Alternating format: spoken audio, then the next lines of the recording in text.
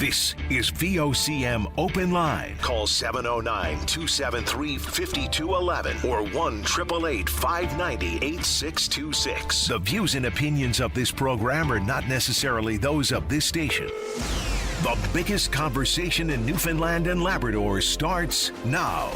Here's VOCM Open Line host Paddy Daly. Well, all right, and good morning to you. Thank you so much for tuning into the program. It's Wednesday, August the 13th.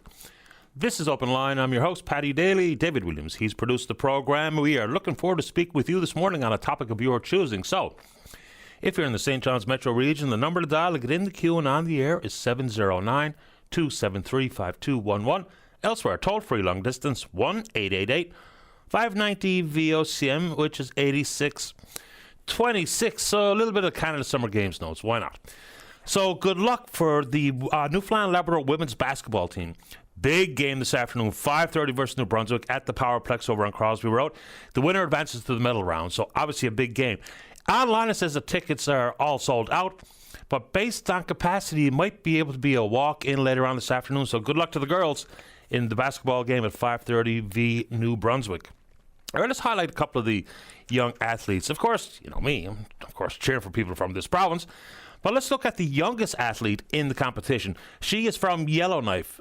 Thank you, Linda. She's from Yellowknife. Her name is Louisa Henry. She completed her goal, accomplished her goal. She swam in the 50-meter freestyle, later swam in the preliminary heat in the 50-meter backstroke, which she won. She's 11 years old. She's going to grade 7. So, of course, she looks up to Summer McIntosh, who was making waves at the age of 12 as well, or at 11. So Louisa Henry is an 11-year-old competing in the games. She's not alone. Her two older sisters, Beatrice and Josephine, are also here competing in the games. So, obviously, a nice athletic young family there. So, good luck and way to go, Louisa. And how about this young lady, Alyssa Smith from Ontario? She has her third and fourth gold medals at the games as of yesterday. So she's won a gold medal in each of the first 3 days of competition. So amazing stuff there for her. 4 gold medals already in the games. Congratulations. Bravo. Oh, want to give a shout out to the U17 Select fastball softball team. They competed in the Nationals in Napanee, Ontario this past weekend. Finished 4th. Which is pretty good result for a team from the province, even though we really punch above our weight in that particular sport. Outfielder Jared Pico of Placentia was named to the All-Tournament All-Star team, so pretty good effort up in Ontario. Okay, more serious matters. It's unfortunate when issues like this, like the wildfires and the crisis that it is, when it leads to the so-called and somehow the divisiveness that just pops up. And maybe it's just the echo chamber of social media that gives me that thought, but it's happening. For the wildfire roundup, there is going to be an update offered by the province at 10 o'clock. We're going to carry it here live. When I hear people say, and I agree with them entirely, is these updates, yes, of course, people need and want the information. And the government has chosen to offer said information through the Premier, and whether it be John Hagee and Janice Fitzgerald talking about smoke and all. You know, I do think it's a reasonable request that even if we know fire duty managers and other professionals working on combating the fires are busy, obviously. So if it was someone similarly representing their words, and of course these people are given the information directly to the Premier's staff, and then it's given to us by the Premier himself. But I understand what people are saying, you know. For the folks who have the operational experience to be involved in these press conferences would be helpful, but we're going to carry it live at 10. We can get into all the evacuation alerts and the evacuation advisories and the evacuation orders, of which there are many here in the province. There's thousands of people displaced, evacuated from their homes. There are people doing their level best, really taking on the most challenging circumstances to fight these fires. So as opposed to some of the thoughts that I see offered on social media in particular, maybe when you go to say something or write something, just consider the folks who are indeed doing everything possible. I have no idea, no training, or no expertise in fighting wildfires, but the folks who are doing it have that actual experience and training. Okay. We've talked about this a couple times on the show. So for like the volunteer firefighters and others who are volunteering to offer supplies and support and fighting the fires, what have you, the thought was maybe discounts at retail stores and what have you, and possibility for compensation to come from the provincial government for them. And thankfully it is. That's a good decision. Of course, the volunteers, they do exactly that for all the right reasons, but these are extraordinary and extreme circumstances. So we're told by the Premier yesterday that there will be some compensation coming to these people for the work they do. It includes also people doing traffic control, afterburn cleanup and what have you. So I like the sounds of that. What do you think? We've talked about the fact that the province has indeed so-called dragged their feet, trying to decide what to do with the 2018 damaged water bomber, and now they're going to repair it. De Havilland has a contract for some $17 million. Okay. Again, we have the resources we have, and we're thankful for everyone doing everything they can. But looking into the future, we do know if you order a new water bomber today, you're not going to get it until 2032 or 2033, which is a long way down the road. So, again, we have what we have, and I'm not complaining because I have no earthly understanding of how we're combating the wildfires. I don't know anything about it. But when you look at trying to bring in more fire suppression infrastructure, there are tests going on around the country on some pretty interesting things. Like, for instance, people ask about drones. Now, for folks who just have a drone for their own hobby or recreation, I'm sure it's tempting to fly your drone over some of these fires to get the dramatic videos. But, of course, that really impedes the opportunity for water bombers to operate safely. So we're told it's restricted airspace, don't do it. But there are tests ongoing right now in the province of British Columbia on these heavy carry drones called Thunder Wasps. Okay, it's pretty amazing stuff. So we know 2023 was the most destructive wildfire season on record, and now people are wondering what other technologies can we use to combat these wildfires. So these drones are pretty massive. They measure 3.5 meters by 3.5 meters. The lifting capacity is 400 kilograms, which is not insignificant when we're talking about trying to damper hotspots. So the drones can fly for 2 hours. 3 Thunder Wasp drones can carry 1,200 kilograms. A medium-sized helicopter can lift 1,100 to 1,600 kilograms. So they could play an active role. And certainly the cost, when compared to water bombers, would be drastically reduced. Then I received a note yesterday from Cougar Helicopters talking about their parent company and the work they're doing with Fire Raptor helicopters. So again, we have what we have. And other provinces are trying to support us, and we appreciate their efforts. And certainly everyone who's opened their arms to help the evacuees, good for you, congratulations, and thank you. Also, people are mindful of people trying to deal with wild animals who are fleeing the fires and being spotted in places where you might not normally see these numbers of wild animals. So be careful. Then it's the whole concept of evacuation alerts and how you should be prepared. We're going to try to get someone on to break it down a little bit further for us.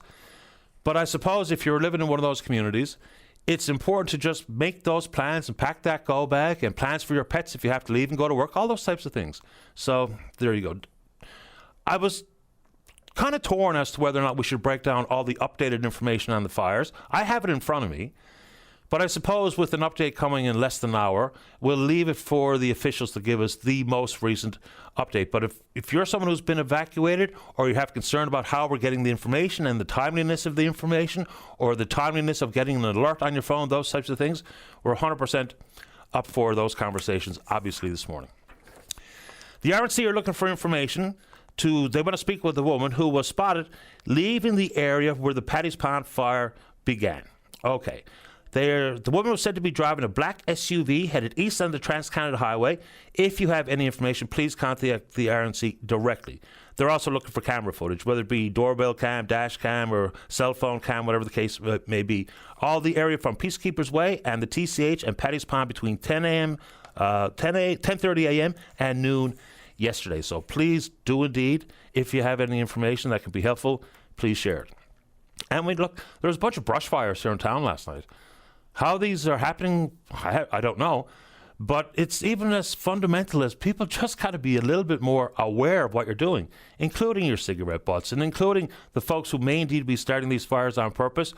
If that's the case, and it very well might be, let's hope that they're found, arrested, prosecuted, the rest of it. All right. Anything on that front you want to take on, we can do it. So not only the Canada Summer Games, but just for travel in general in the country could be interrupted this weekend if you've booked passage on Air Canada. So strike notice has been given by CUPE. They can indeed go on strike. That's 10,000 workers who are Air Canada flight attendants. They can go on strike at Saturday at 12:58 a.m. Eastern Standard Time. As a result, Air Canada issued a notice of lockout starting at 1:30 a.m. Eastern Standard Time on Saturday as well. They've been at the table since March. Air Canada, of course, will tout just how generous their offer is. The union, that's CUPE, representing the flight attendants, says it's nowhere near close enough. They talk about keeping up with inflation and what have you. You can get in on one side or the other, but Air Canada does indeed have relationships with other carriers that they might be able to help you book passage, but no way everybody's going to be accommodated if and when the strike happens, and it really feels like it's coming this weekend. So, yes, it's going to certainly potentially compromise the turnaround day for athletes who are leaving and people who are coming to the province to compete in the games. And, yes, for people traveling for business or pleasure or any reason under the sun, if you have Air Canada flights booked for this weekend, you can go ahead and probably get in touch with the carrier, and maybe you can see if you can get your passage changed. So they said any passenger booked to travel between August 15th and the 18th can change their flight if desired, provided it was purchased no later than August 13th. The airline is also going to allow these passengers to change their flights for free to another date between the 21st of August and September the 12th. So very likely an Air Canada strike coming this weekend. Not ideal. And it's too bad this, there's smoke everywhere. Dave Williams talked about being at a baseball game in Mount Pearl last night, and by the end of the game, he could taste it. People's eyes were watering. It was uncomfortable. Just imagine being even closer to these fires. Too bad, because tonight is the peak for the Perseid meteor showers. We've kind of talked about that over the years on this program. Now, with the moon 85% illuminated and all the haze and the smoke and the like, might not get a chance to see it, but there you go. A couple of quickies before we get to you. So we're told now the procedures scheduled for today at the Health Sciences, the Janeway, St. Clair's have been postponed due to staffing levels. So you are going to be contacted by the health authority. All elective day surgery scheduled for today postponed, again, reduced staffing levels, and they say it's a result of evacuation orders and alerts that are currently in effect. There are no impact on emergency services, outpatient services, blood collection, imaging, or any community-based appointments at this time. When talking about staffing, I got a couple of emails, I suppose, in reaction to that particular news story, or they heard it on the newscast, is where are we in transferring credentials? So I've mentioned this a few times, and I don't know why we haven't heard similar commentary coming from our government. In British Columbia, they are actively and aggressively recruiting healthcare professionals, especially registered nurses. They're fast-tracking credentials. By the time you get to that province, you're going to be able to go right to work. We know that based on some of the regulations and the rules of the governing bodies, in this case, like the colleges for physicians and surgeons and nurses and the rest, where are we on that front? Because I know personal stories, and I've spoken directly with people who are healthcare pros who have been here for quite a long time trying to get their credentials approved. I mean, they've got the training, right? They have the experience. We're not talking about coming from the third world with dubious credentials. We're talking about doctors and nurses and other healthcare pros. Ireland, Dubai, Saudi Arabia. I mean, they've gone to accredited medical schools. So where are we? In addition to that, I've said this a few times, I'm going to stick with it. If we're going to spend the money to open up an office in Boston, which I don't think is a bad idea, but it's strictly for economic terms, partnerships and opening markets and all the rest of it, we really should be adding academics and healthcare pros to that recruitment and that partnership effort from Boston, Massachusetts. What do you think? Oh, and on that front, I've popped out artificial intelligence a fair number of times here on the show, talk about some of the upside and some of the downside. I wonder if doctors in this province will adopt an application of artificial intelligence that doctors are using in mainland Canada, in some areas, Ontario, Quebec. And it's about transcribing consultations and medical appointments with their patients. So they get permission from the patient, they turn on a recording, then they use this particular artificial intelligence software to transcribe it, produce medical notes. It saves them hours every single day. And what's the consequence of that? They get to see more patients every single day. So I know it's being utilized at Memorial University. We're one of the leaders in artificial intelligence research at this moment. But how are we adopting it for the beneficial avenues as opposed to some of the nefarious applications of artificial intelligence? All right, two more. All right, aquaculture. I continue to get some pretty frosty emails from some folks who I think have misinterpreted what I've said about aquaculture, but I'll stand by it. So we're told by the industry that there were 2 mass mortality events last month. and they point the finger of blame at warm water and sea lice. My comment that I'll reiterate this morning is, if that's the case, and I have no reason not to believe them, so warm water and sea lice, both are probably only going to get more stubborn and worse. Certainly the temperature of the water is not going to go back and start to cool all of a sudden. So my comment was, if that's the case, then what does future expansion of aquaculture sites in the open pens in this province look like? Because they're not going to set themselves up for a financial disaster and environmental disaster at the same time. So I wonder what the future holds. On that front, there are people who are pushing back out on the province's south coast, residents of Burgeo and Ramia. They're talking about expanding salmon farms on the south coast, and they are in favor of, and there's lots of controversy on this one, about the proposed creation of a marine conservation area. So people are distinctly on one side or the other on this particular front. You know, the economic shot in the arm that has come to town with aquaculture is real. Environmental concerns are real. The mass mortality events are real. So I think we have a conversation at some point lined up today with Dwan Street, the president of the FFAW. One to talk about the mackerel-related issues, and another to talk about this marine conservation area.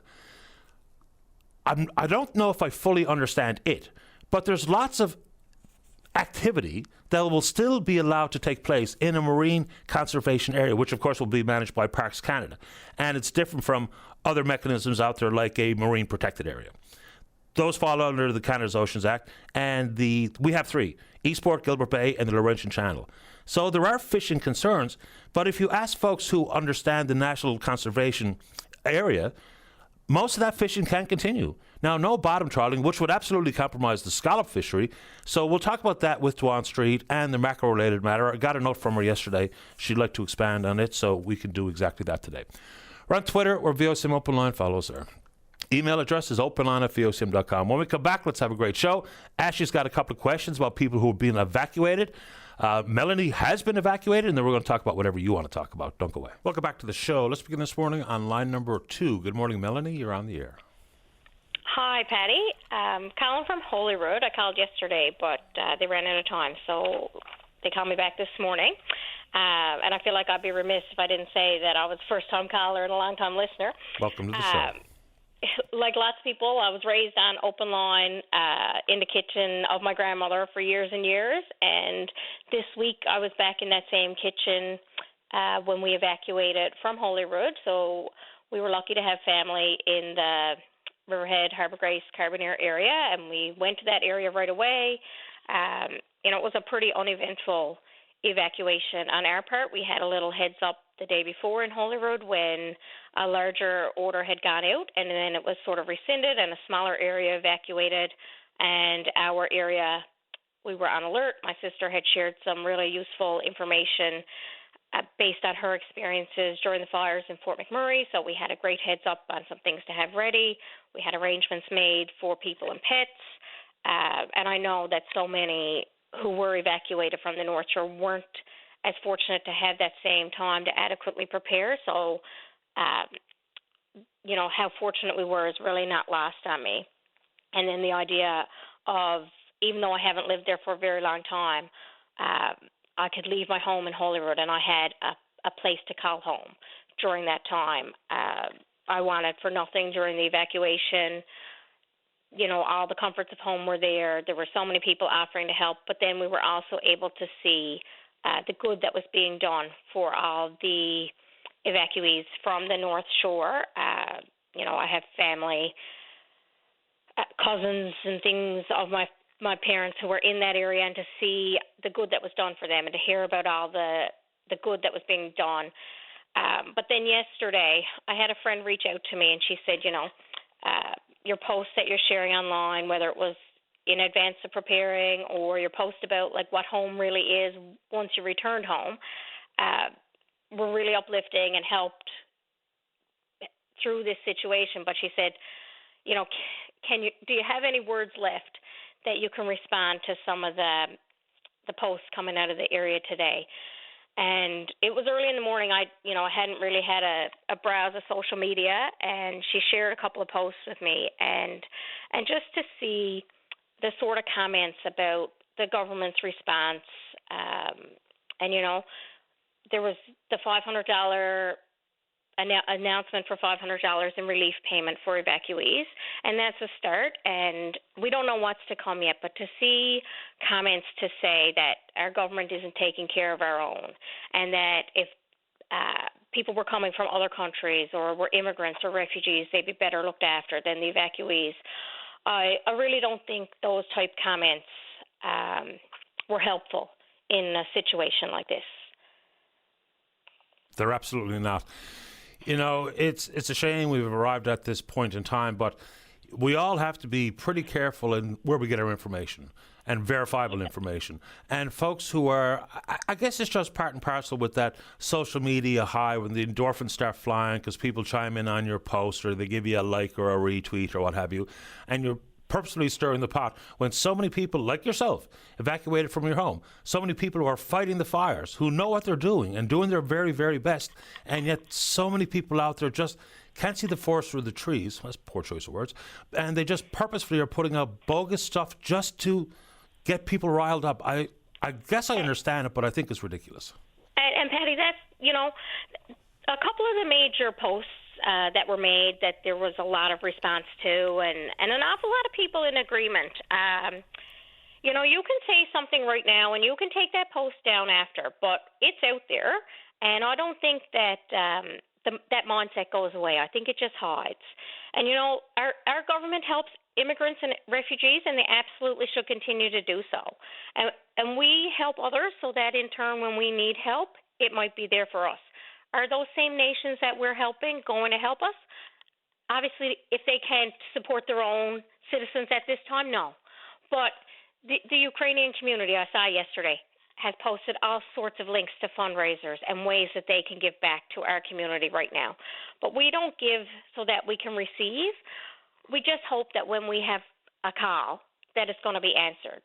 So I'd just like to say to those people who are making those comments and they're speaking without thinking, I hear your frustration, and I know your concern for the people are affected, but it's really heartbreaking to see those comments single out individuals. And the comments like that, it only makes us weaker right now, because fire and fear, they don't check your passport, but compassion shouldn't either. And so unity in this is going to come from standing shoulder to shoulder no matter where we're from, because there are immigrant families on that North Shore who are losing their homes, the same as families whose hands have worked that soil and fished those waters for generations.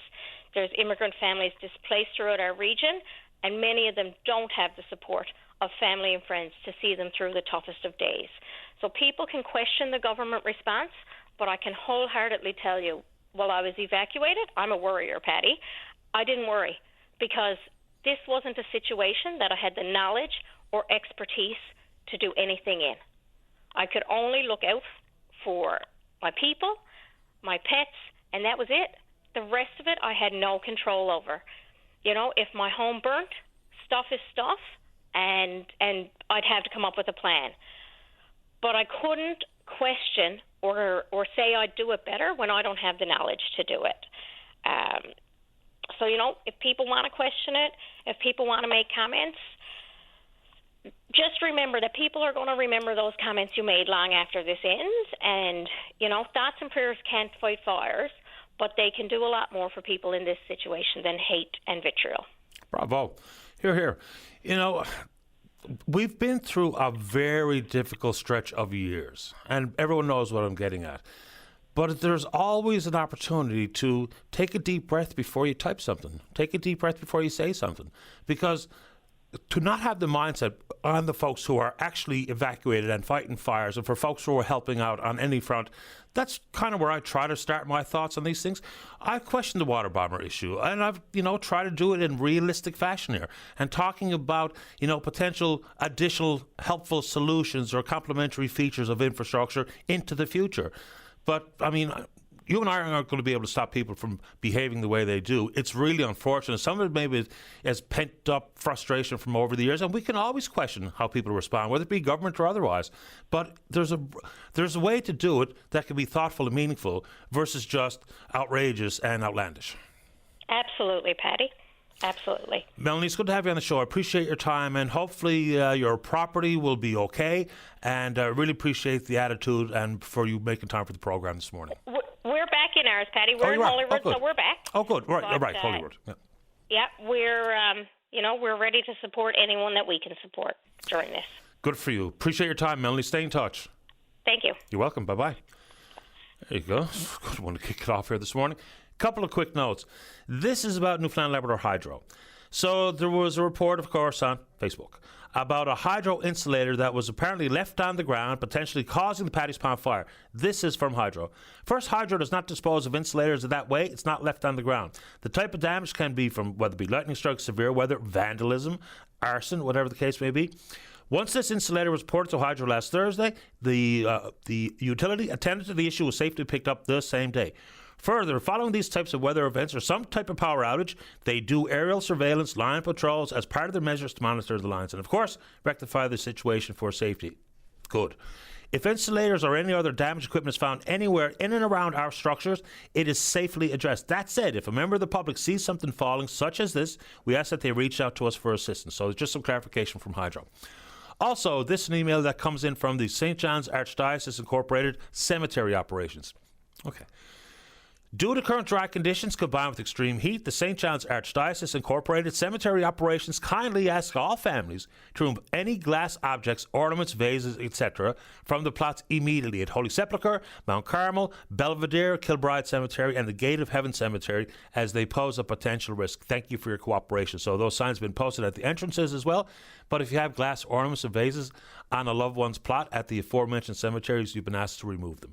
Let's go ahead and take a break. When we come back, Ashley has a couple of questions about evacuation. Don't go away. Welcome back to the show. Let's go to line number 1. Good morning, Ashley. You're on the air.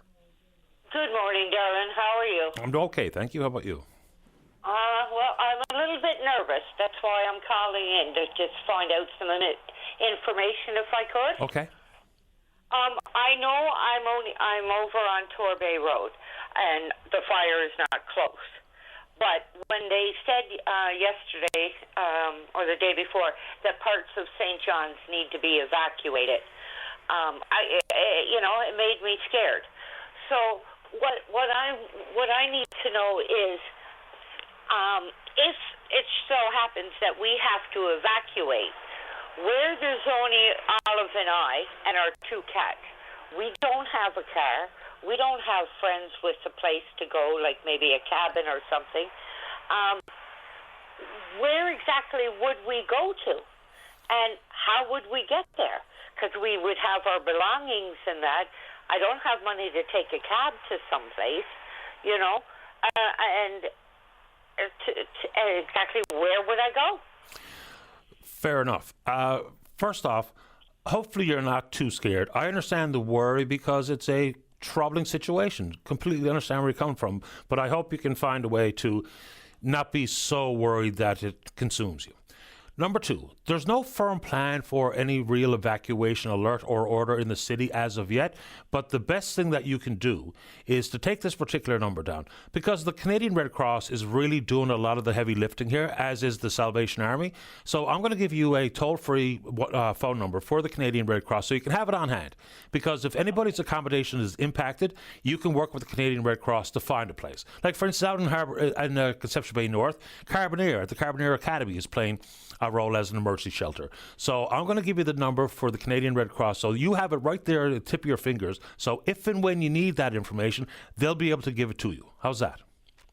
Okay, that sounds wonderful. Just wondering, though, something like, why do we not have an evacuation plan? Look, I don't even know exactly what the evacuation plan would look like when we talk about the city of St. John's. I mean, it's one thing when we talk about 20,000 residents that are in jeopardy being evacuated outside of the city and close by the city, but we're talking about like over 100,000 people in town. So a plan of that magnitude is going to be extremely difficult. There's going to be priorities for seniors, priorities for people with disabilities, and I don't even know if anyone's got a carefully calculated plan for said massive evacuation, but the Canadian Red Cross will be the go-to for helping people like yourself. You call them, and they've told us, Anybody who's impacted by their accommodations and evacuations, they will coordinate every opportunity to try to help you. For people who have family or friends that are close by, that's helpful, but not everybody does. And like yourself, not everybody has a car either. So do you have a pen and paper handy so I can give you the number? Yeah, okay. I got that. So it's 1-800. 1-800. 863. 65. 82. 82. Yeah. Can I ask one more question? Sure you can. Well, this has got to do with our two cats. We don't have carriers. Just wondering if maybe somebody somewhere, if it comes down to it, might have one big carrier that we could use to put our cats in? I'm sure people do. I know that, like Beagle Paws has found foster homes for some 8 beagles that have been impacted by evacuations. And put it this way, Ashley, if anything like this actually comes to pass in St. John's, and fingers crossed we don't have to face evacuation alerts or orders, if you get back to me, I'll get you a cat carrier. All right, my honey. I want to thank you so much, Patty. It's my pleasure. You take good care. Say hello to Olive for me. Okay. Bye-bye. Take good care. Bye-bye. Yeah, we try to make sure that it's not fear, it's just awareness and preparation and understanding what might happen. So hopefully Ashley's going to be okay. Let's get a bit of good news, apparently, on line number 3. Walter, you're on the air. Hi, Patty. How are you? I'm excellent. How about you? So far, so good. Good. I live on the south side of Harbor Grace, and we've been watching the fires, the big fires that went in Kingston and St. John's, and it put you a bit on edge. And yesterday around 1:30, we got news that there was a fire on a hill in Spaniards Bay, and that sort of spooked us. Right away, we saw the pictures of it, and that was kind of close for comfort. Now, just at about that same time, 2 helicopters flew over my home with trailing the bags underneath the water bags heading towards Spaniards Bay, and a water bomber. And we figured, God, this has been taken care of, and it definitely was. We heard no news for about the next 2 hours, and I decided to drive over and have a look for myself. Not that I'm a rubbernecker, I just wanted to find out information, viable information. As I got near the fire, I seen a couple of firemen friends that I knew, and I pulled them over, and I was talking to them. He said, we have it arrested and under control. And I got to tell you, these guys deserve so much that we can give them. Like, I understand that within a half hour, there was 3 water bombers over the site, and Bay Roberts Fire Department had a vehicle there, Harbor Grace, and Spaniards Bay, obviously. And they just had it totally under control. And I got to tell you, I was so impressed that just the speed, the professionalism, and the cooperativeness, if you want to call it that they used to get this taken care of. And that's all I was calling for, just to give them a hearty thank you. I called my wife and I told her what the situation was, and I said, look, I'm going to the beer store and I'm going to buy 10 cases of beer and drop it off at the fire hall. And she said, no, that wouldn't be such a good idea. So I decided not to. That might hinder their job. But anyhow, I just wanted to call and formally say thank you, because these guys did one hell of a good job. Yeah, good on you, Walter. I saw those pictures as well, and they attended to it sweet. I mean, the coordination and the collaboration and the precision that we see is remarkable. And I could never say enough to thank them the way they deserve for what they're doing out there. So good on you for doing exactly this morning, Walter. No problem, Patty. Glad to do it. Take good care of yourself. Thanks, you too. Bye. Bye-bye. There you go. All right. Let's go to line 4. Craig, you're on the air. Good morning, Patty. How are you? Okay, thank you. How about you? No, Patty, I'm just calling in regard of the fire situation where I'm here on the Burin Peninsula. There was a crowd cat over in Frenchman's Cove, actually, that had a fire going by the fire department. The police were involved, but they were out of province, so there was no charges filed because they were out of province. So I don't understand if you're cat having a fire that you're going to be charged, but if you're out of province, it seems like you can do what you like here. So what does that mean? So someone started a fire and then left the province? I just want to follow along. No, they're from out of province. I guess they were visiting or whatever, and they had a fire. The fire department showed up from Frenchman's Cove, put the fire out, contained the people that was having the fire, the police showed up, and there was nothing said to them because they were out of province. So I guess they're using ignorance as a defense, right? That they didn't know. Well, that's what I'm assuming. But, Yeah. I mean, if people are caught having fires, whether you're out of province or you're from Newfoundland or wherever you're from on this island, the Premier has put out there that you will be charged X amount of dollars. If you cannot afford to pay the fine, you're going to go to jail. Yep. So that's going to cost the province more money to put somebody in jail because, as I looked up, it costs the province $303 per day to have somebody incarcerated in the penitentiary. So for 365 days, it's going to cost the province $110,000 for a $75,000 fine. So why don't the province, if you can't afford to pay the fine, garnish their wages? I'm sure that'll be part of it into the future. I got a funny feeling anyway. First offense went from $75 to $50,000, and now maximum charges up to $150,000 and a year in the clink. Look, it doesn't matter where you're from. If you've been in the province for any number of days, to not have heard about the fire ban, to not have heard the stories of all the wildfires burning out of control around the province, then you're either brain dead or whatever the case may be. So ignorance has never been a defense 100%. in a court. So from my perspective, just even walking around, if you can hear the grass crunching under your feet, you probably shouldn't start a fire. Like, I don't know why it takes anybody, to have to go to the extent that the province has. And I don't know if they're doing the right thing or the wrong thing. I'm sure they're just trying to make sure that people think twice before they go ahead and have a fire, Yes. even though they're not. I mean, there was 3 or 4 brush fires in St. John's last night. I see that on Facebook and VOCM. I read VOCM every morning, and I listen to your show every day. But, I mean, we're going to have to catch somebody and prove a point to find them or something because, I mean, this is getting out of control. I mean, people are just, they're not, they got no common sense. No, and, thumbing your nose at the government is all fine and dandy, but we can protest and question and criticize.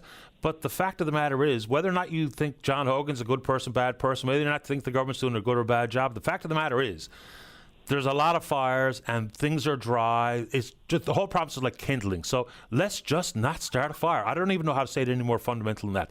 Don't start a fire. The end. Yeah.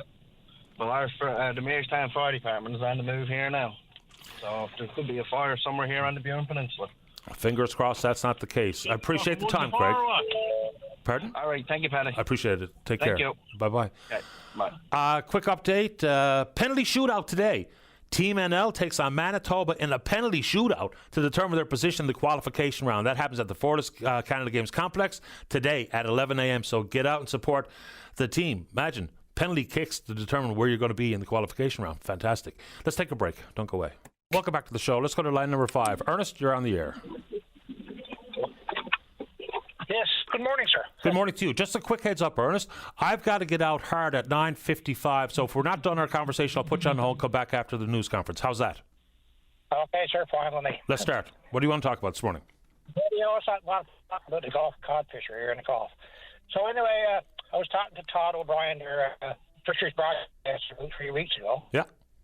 And he said I was wondering why it was still closed after 4 years. So George Murray closed it 4 years ago for 1 year. So since that time, we haven't heard anything on that since. On the Gulf Coast, so it's not for here. It's a year, so there was.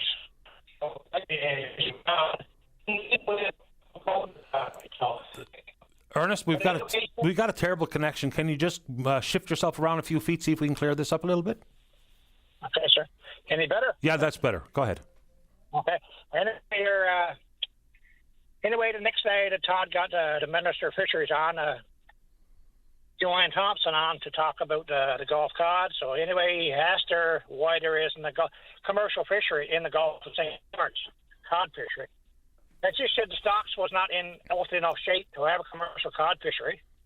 And when we were closed, they had for 3 weeks.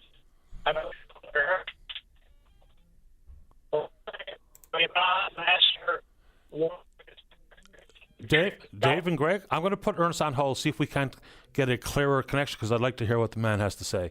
So let's do that.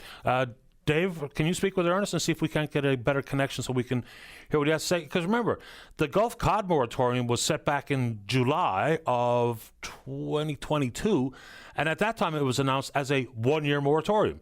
At the time, the stock was obviously in a critical situation. They used words like a very dire situation. But Ernest is right. All this time later, I don't even know if I've seen updated the strength of the spawning biomass of Gulf cod. We talk a lot about northern cod, but of course there's been a long reliance on the Gulf cod for inshore harvesters on the west coast as well. So yeah, we'll see if I can't get some updated info for Ernest as we proceed here when we come back. Hopefully we get a clearer phone line, because nothing worse than not being able to hear a caller was taking the time to join us here live on the program. So here's the running order for the next little bit here on the show. For those in the queue, Janet, another caller talking about wildfires. Lydia's got some updated information about a show coming to the hall, the LSPU hall. In about a minute and a half, we're going to take a break for the news. Sarah Strickland's going to bring you the news, or Zach, I'm not sure who's reading the news at this point. And at that time, as soon as the Premier and others who have updated information on the wildfires, we're going to take that live. When the media begins asking questions, we're going to come back to the program. So even if you hear John Hogan or anybody other than me just after 10 o'clock, we are indeed obviously coming back, so stay tuned for that. Let's check in on the Twitter box. We're VOCM Open Line. You know what to do. Email address is openline@vocm.com. Now, when I gave Ashley some contact information for the Canadian Red Cross, if and when there's a evacuation alert or an order here in the city, I hope I didn't say there's no actual plan, because just because we don't know what a plan may or may not be doesn't mean there isn't a plan being worked on and or potentially finalized. But just imagine evacuation of the magnitude that would include the entirety or even portions of the city of St. John. So I don't know if there are indeed any plans, but I can only hope that plans are being worked towards, because you never know. Preparation is the key here. The best part about trying to consider preparations is the worst case scenario. If everything goes well, then there's nothing to worry about. But we know that the fires are burning hot and there's many burning out of control. And we'll talk about that right after the break. Let's go ahead and take the newscast, then we'll take the news conference, then we're coming back to you. Don't go away. All right, 10 o'clock on the nose. Just awaiting that update to begin with the Premier and officials at a Confederation building on the wildfire situation here in Newfoundland and Labrador. We'll get back to Open Line with Patty Daly just after the update concludes here this morning. We'll break you through some of the information that has been provided, the latest as of a half hour ago, 9:30 this morning, as we continue to hold a collective breath ahead of another update here shortly with the Premier. Paddy's Pond Fire seen no growth overnight last night. Fire Duty Officer Mark Lawler saying the suppression efforts helped to slow that growth. However, the fire, which is about 250 meters from the Trans-Canada Highway, remains very hot and smoky.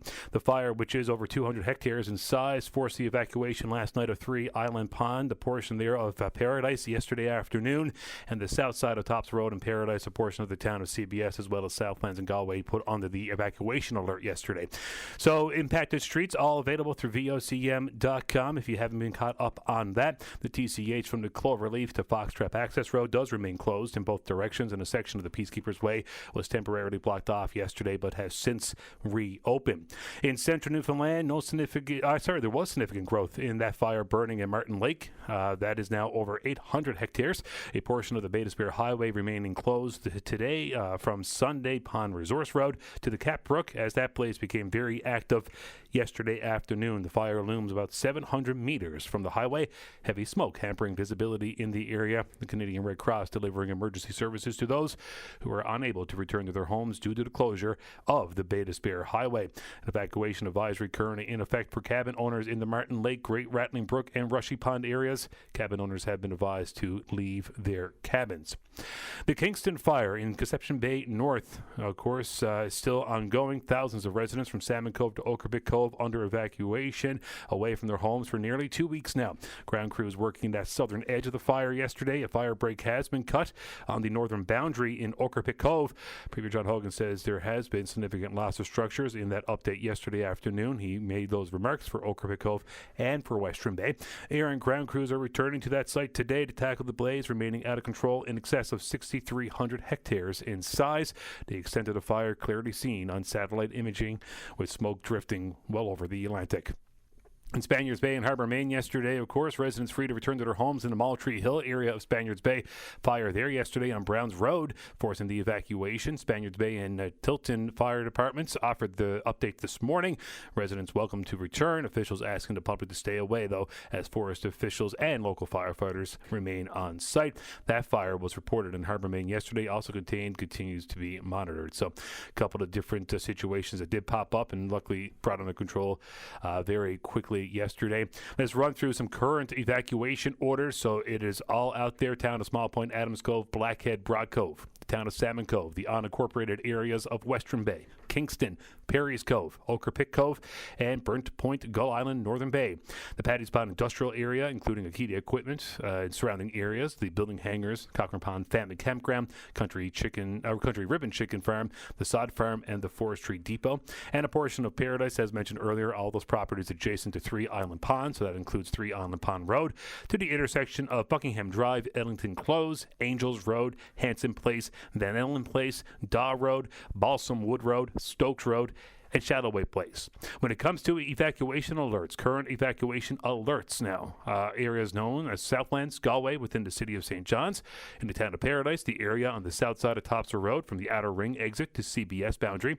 The town of Conception Bay South, starting at Paradise Outer Ring Road turnoff onto Route 60 through the Manuels River Bridge, up Peacekeepers Way to the Cloverleaf on the Trans-Canada Highway, and back to the Paradise Trans-Canada Highway turnoff. Also still under evacuation alerts, the town of Victoria. There are current evacuation advisories out, as mentioned earlier as well, for cabin owners in the Martin Lake, Great Rattling Brook, and Rushy Pond areas off Route 360. That's the Bay to Spear Highway, which is closed for a portion of that highway. It includes all the cabins from Rushy Pond to Rifle Lake, approximately 45 kilometers from the Trans-Canada Highway. That is the latest rundown of all the information we have from government as of 9:30 this morning. We are expecting a live update here to begin momentarily. The Premier will be joined by officials once again this morning to update on all fires and suppression efforts throughout Newfoundland and Labrador. You can also stay up to date through VOCM.com. If you want to watch that live, you can do it there. We'll bring you the press conference, of course, momentarily live as it begins here shortly. Out of the abundance of caution, the 2025 Canada Games Host Society has made several sport venue changes that are listed out at VOCM.com for you as well. Tickets for impacted events will be honored at these new venues. So lacrosse is moving from Paradise to the DF Barnes Arena. Beach volleyball and sailing have been postponed. All baseball games at the Team Gushue Sports Complex being moved to St. Pat's Ballpark. Soccer games scheduled in CBS on the soccer field out in that community will be moved to the Fortis Canada Games Complex and King George for the remainder of Week 1 competition. Canada Games volunteers with affected shifts, you will be contacted by the Host Society Volunteer Services Team. So if that is you, that is how that will run down. You'll be contacted directly. The City of Mount Pearl has made that decision, as well as Paradise and CBS, to keep their indoor recreation facilities closed for the remainder of the day. So we are going to be keeping an eye on those situations for you. And some NLHS procedures have been postponed. The Newfoundland and Labrador Health Services procedures postponed. Patients will be contacted. We spoke to a representative from the Newfoundland and Labrador Health Services on your VOCM mornings this morning. Of course, elective day surgeries scheduled for the Metro region being postponed at the Health Sciences, the Janeway, St. Clair's Hospital. That's just due to staffing levels. They say all elective day surgeries for today postponed due to that, and as a result of the evacuation orders and alerts that are in effect affecting their staffing levels. The authority says they're in the process of contacting patients to reschedule.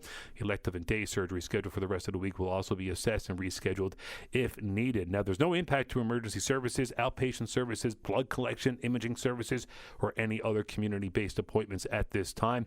You can see that complete rundown of information again through VOCM.com. It is Greg Smith, VOCM Newsroom, and the team working hard for you with these updates. Of course, we're waiting for the Premier to get going here momentarily. It is a little bit delayed, as they have been the last couple of days, because this information is moving fast and furious. So we will be getting that going momentarily, I'm told. A couple of quick numbers to remember that are very important. You can call 811 or go to nl.bridgethegap. That's gap with 2 P's.ca for any mental health services that are required. Provincial roads and highways updates, go to NL 511. Of course, emergency services 911. And if you are part of the evacuees, it is very important, of course, to register, whether you go to a center that has been set up or not. You can go to the Canadian Red Cross to register for all of that. I do see the Premier now walking in to the microphones here now, along with the officials that are going to join him for this briefing today. So we are going to take you live to Confederation Building now for an update on the wildfire situation here in Newfoundland and Labrador once they get the mics going, to bring you the very latest here on the VOCM radio network. It looks like they are pretty much ready to go. And then we will take you live there. So again, the latest update that we have at VOCM.com came in for about 9:30. So I'm not sure how much would probably change from that at this point, but we are expecting now to go live to John Hogan as he is set to take to the microphone and kick off today's update on wildfires here in Newfoundland and Labrador. Looks like he's just getting some questions answered before he takes to the microphone here. All right, we're just awaiting him to start speaking. Looks like he's getting some last-minute information. All right, looks like we're going live.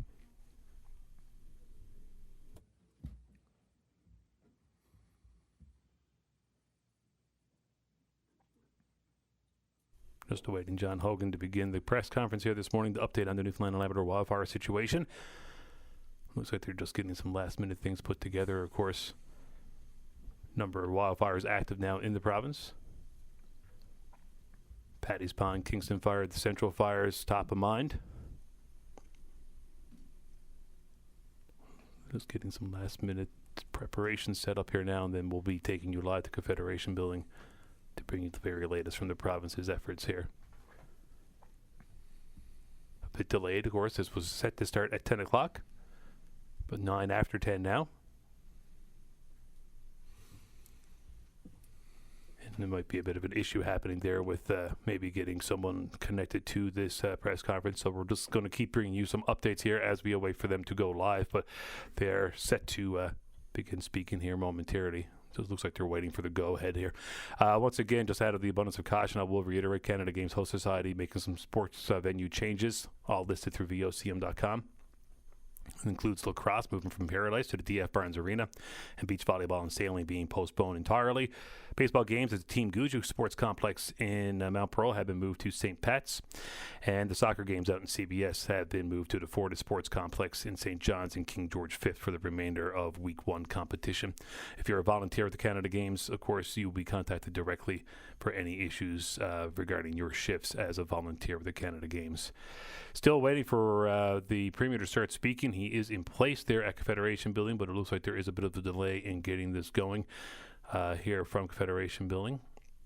So we're just waiting for them to start speaking and bringing the very latest information here to you on the wildfires in Newfoundland and Labrador. Might be a bit of a sound issue here, possibly. It looks like he's about to speak, but stops short every time. The latest information that they provided about 9:30 this morning, of course, is no growth overnight in Paddy's Pond fire, which was good. Mark Lawler, fire duty officer, tells VOCM News suppression efforts helped to slow that growth. However, the fire is about 250 meters from the Trans-Canada Highway. The Paddy's Pond fire remains very hot and smoky, about over 200 hectares in size. And, of course, the evacuation, of course, last night of section of Paradise, the 3 Island Pond area, late yesterday afternoon, and the south side of Tops Road in Paradise. Good morning, everyone. Thanks for coming again this morning. Minister Haggie, Minister Dempster joining us virtually today. And here with me is Jamie Chippett again, Deputy Minister of Forestry, and Blair Adams from the department is online there as well. Continues to be a heavy couple of weeks and heavy days as we continue to work through this situation, and we know those who have been directly impacted by wildfires near their communities continue to feel a lot of stress and worry. In particular, those who have lost their homes and those who are unsure if their homes are still standing. And as this continues to get worse over the last few days, it's very clear that all Newfoundlanders and Labradorians' level of anxiety continues to rise. But of course, I want to thank everybody who's doing tremendous work, dangerous work, as we continue to look at all options to help suppress these wildfires and look at situations where we may need to continue to provide evacuation alerts or evacuation orders throughout the province. The good news this morning is there are no further evacuation alerts and no evacuation orders, so everything that was in place yesterday remains the same situation this morning. But of course, I remind everybody, especially those in evacuation alert areas, to continually monitor government channels in the event that that does change to an order. Last night, I had a call with Prime Minister Mark Carney. I very much appreciated him taking the time to call me.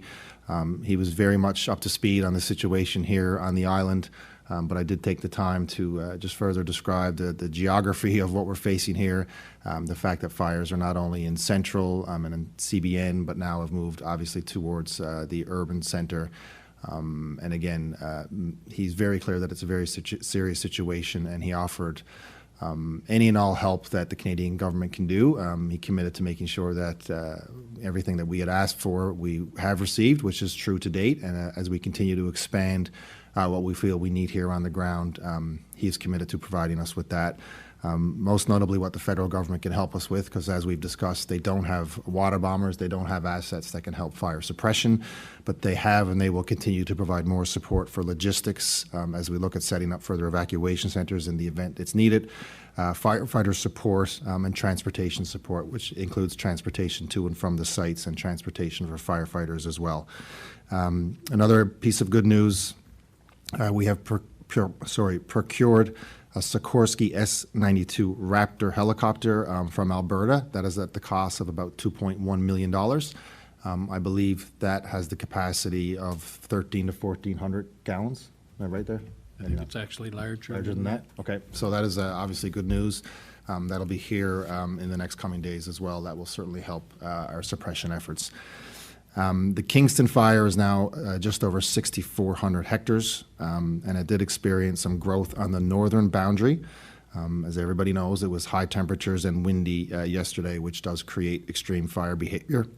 The construction of the fuel breaks in the north progressed greatly yesterday, thanks to efforts from everyone in the community.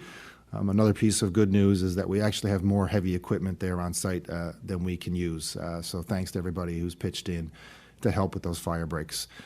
Ground crews continued to work the southern edge yesterday with air support, and our incident management team this morning currently assessing the fire behavior there, and we'll make a plan to action that site, which will include air support and ground support. The location of the head of the fire on the Kingston fire is just below Northern Bay. There will be air assets on site there today, including helicopters, and we're confident they can return to the south side of that fire. The Martin Lake fire, this morning's aerial assessment confirmed the fire has not crossed Route 360, and it remains on the east side of Great Rattling River. It's about 300 to 400 meters west of the Bay d'Espoir Highway. I think we can confidently say that the road, Bay d'Espoir Highway, will remain closed throughout the day. The fire is now approximately 800 hectares, and last night's activity was concentrated within the updated boundary. The weather conditions today include persistent south to southwest winds, temperatures getting up to 32 degrees, and an extreme, of course, fire weather index in that part of the province, throughout the whole province, really. And these conditions, combined with an active fire edge, are likely to result in continued fire growth today. There will be 30 firefighters on site today, as well as air support, including 4 helicopters, a bird dog, the 2 aircraft from Quebec, and 3 802 aircraft. Good news there, though, is there's no confirmed structure loss as a result of this fire at this time. Just to focus on that particular part of the province and individuals there, Newfoundland and Labrador Health Services will be contacting patients on the Canagarra Peninsula today with regards to any appointments they may have. So please be patient, wait for that call, and they'll work through you with regards to your healthcare needs. And regular ferry service has returned there today. It will be a load and go service, so when the boat is full, it will go. And that's the service from Pools Cove to Baillargeon. The Paddy's Pond fire continues to remain very hot and very smoky. Air suppression efforts, if you recall yesterday, we were looking at the north and the south side of that fire, and that did help slow the growth throughout the day. Ground crews, unfortunately, were pulled from the southern edge throughout the day due to extreme fire behavior. On the southern side, the wildfire is approximately 250 meters from the Trans-Canada Highway. It did grow, of course, throughout the day yesterday on the northern edge, which resulted in the evacuation of Three Island Pond area of Paradise. The incident management team is assessing the fire today and the construction of further fuel breaks. And today's plan will be air support, ground support, and the St. John's Regional Fire Department remains there as well. So our 6 tankers will be there today. That's the 4 Newfoundland and Labrador assets and 2 from Ontario.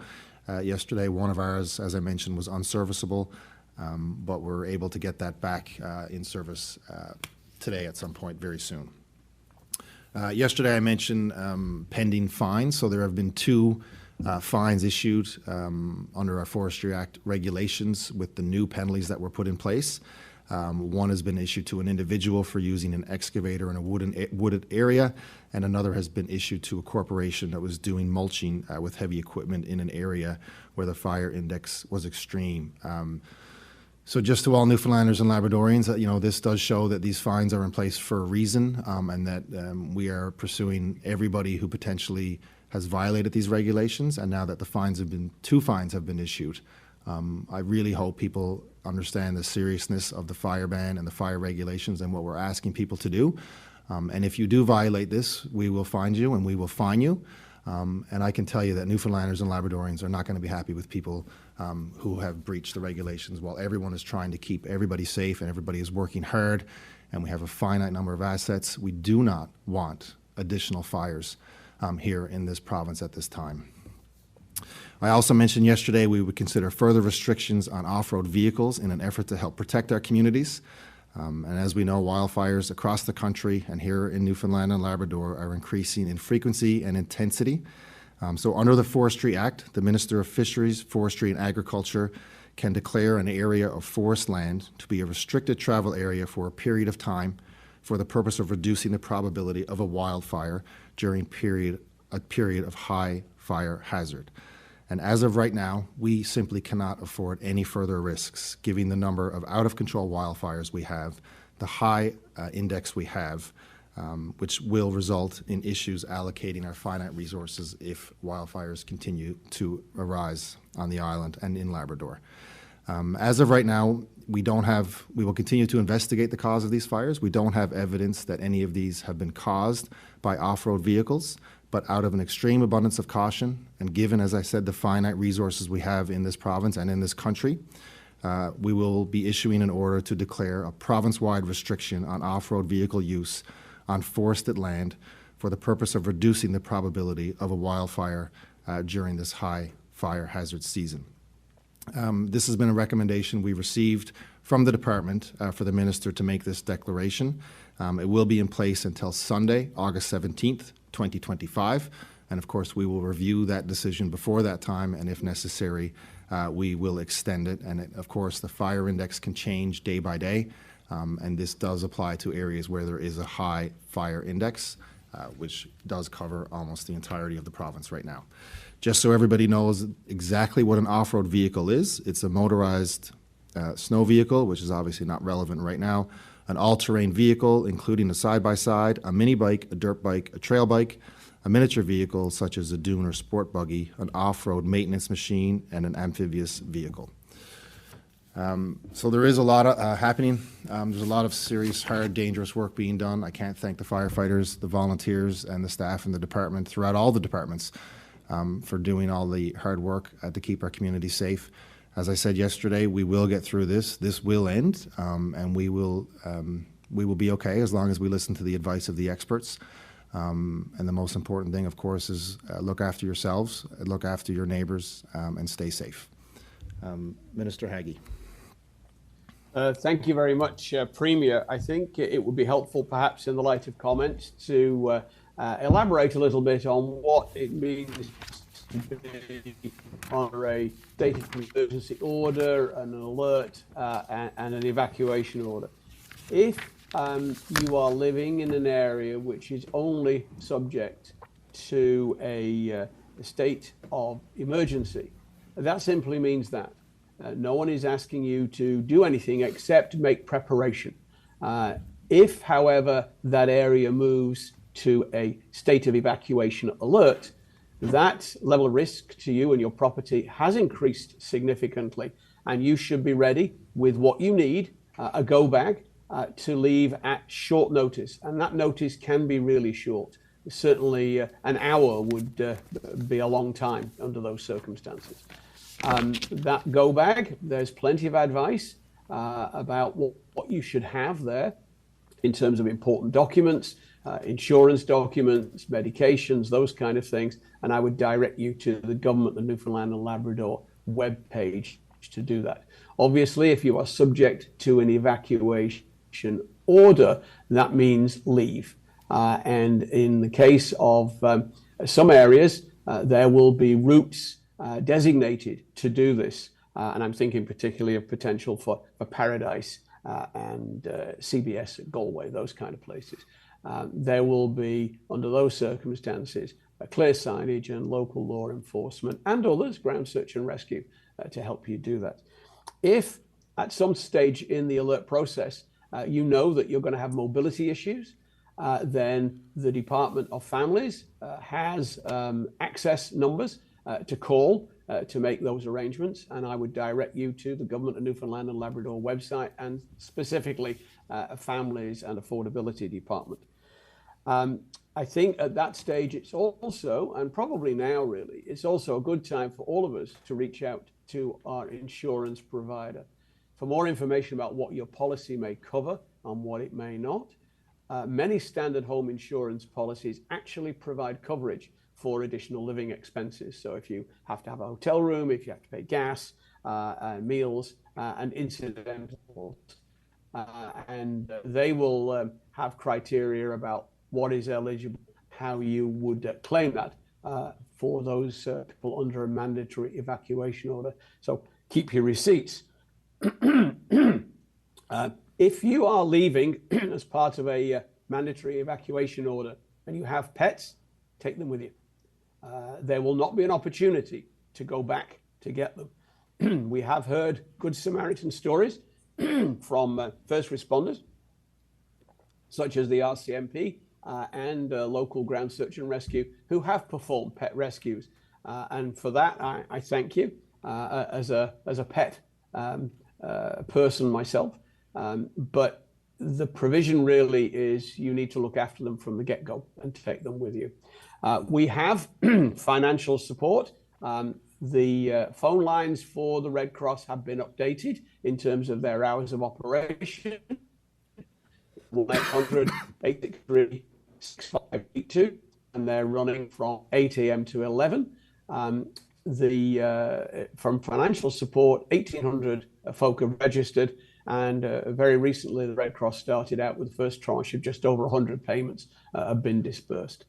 If you can't ring them, you can always go in person to register at one of the centres, or alternatively on the website at www.redcross.ca/2025 Newfoundland wildfires. To follow with some of the themes of the Premier, if you see something suspicious, if you are concerned, call it in, call 911, and don't rely on social media.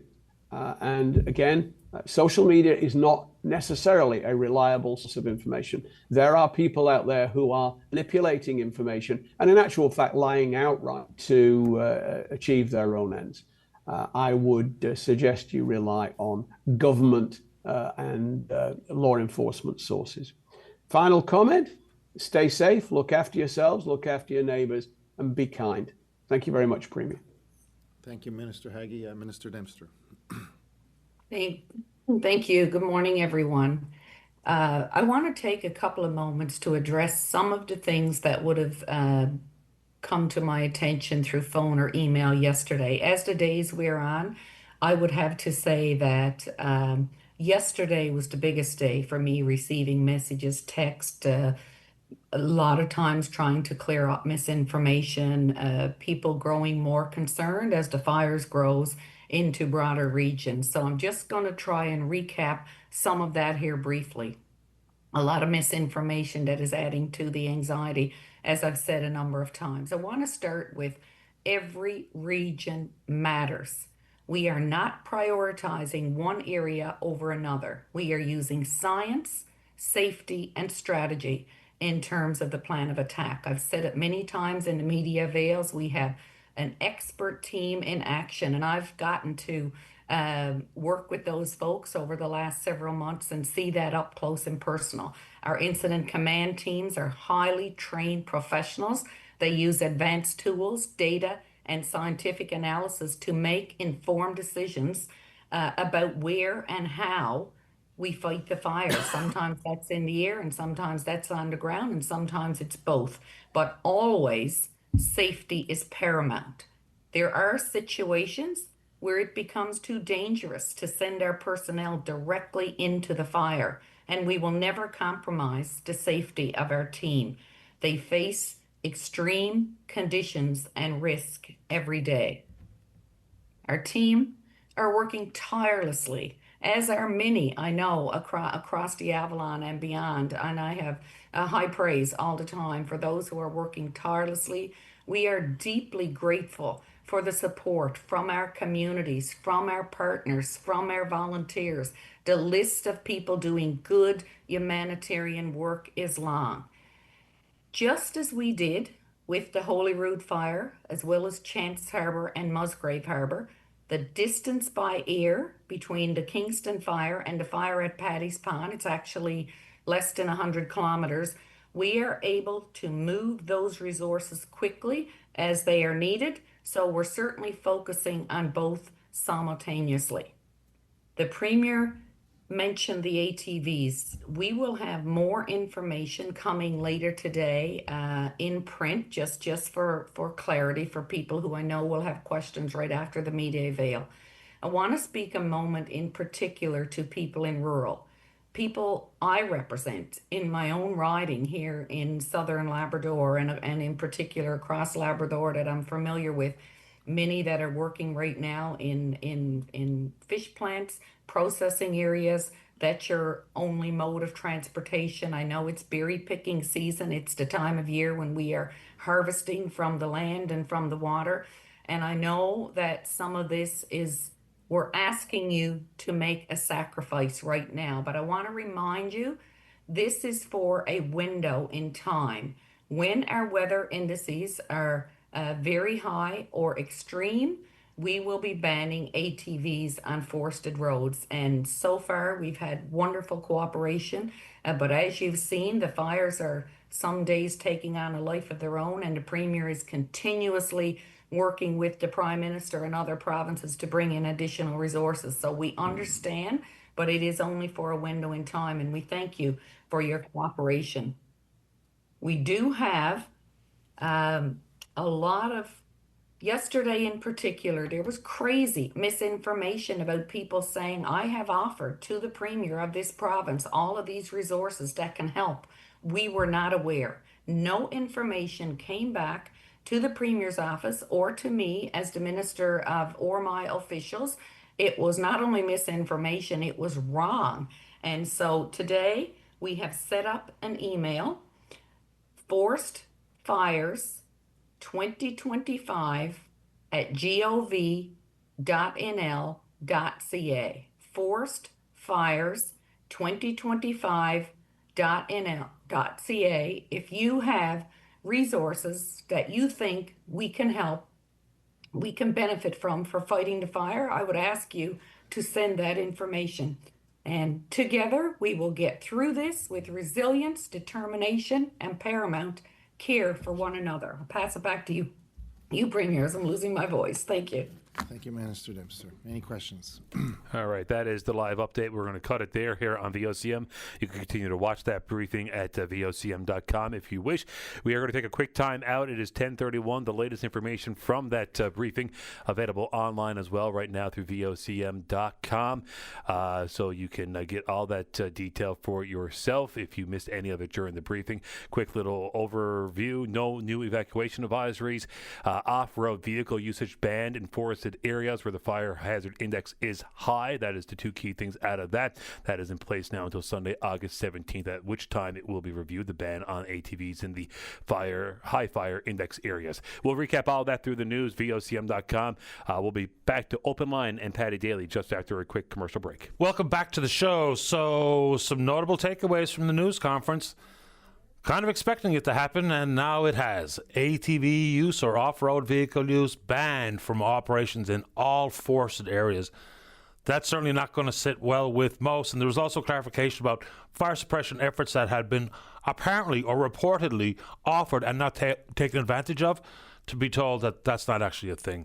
Lots to dig into. Let's go to line number 6. Janet, you're on the air. Good morning, Patty. How are you this morning? Doing okay, thank you. How about you?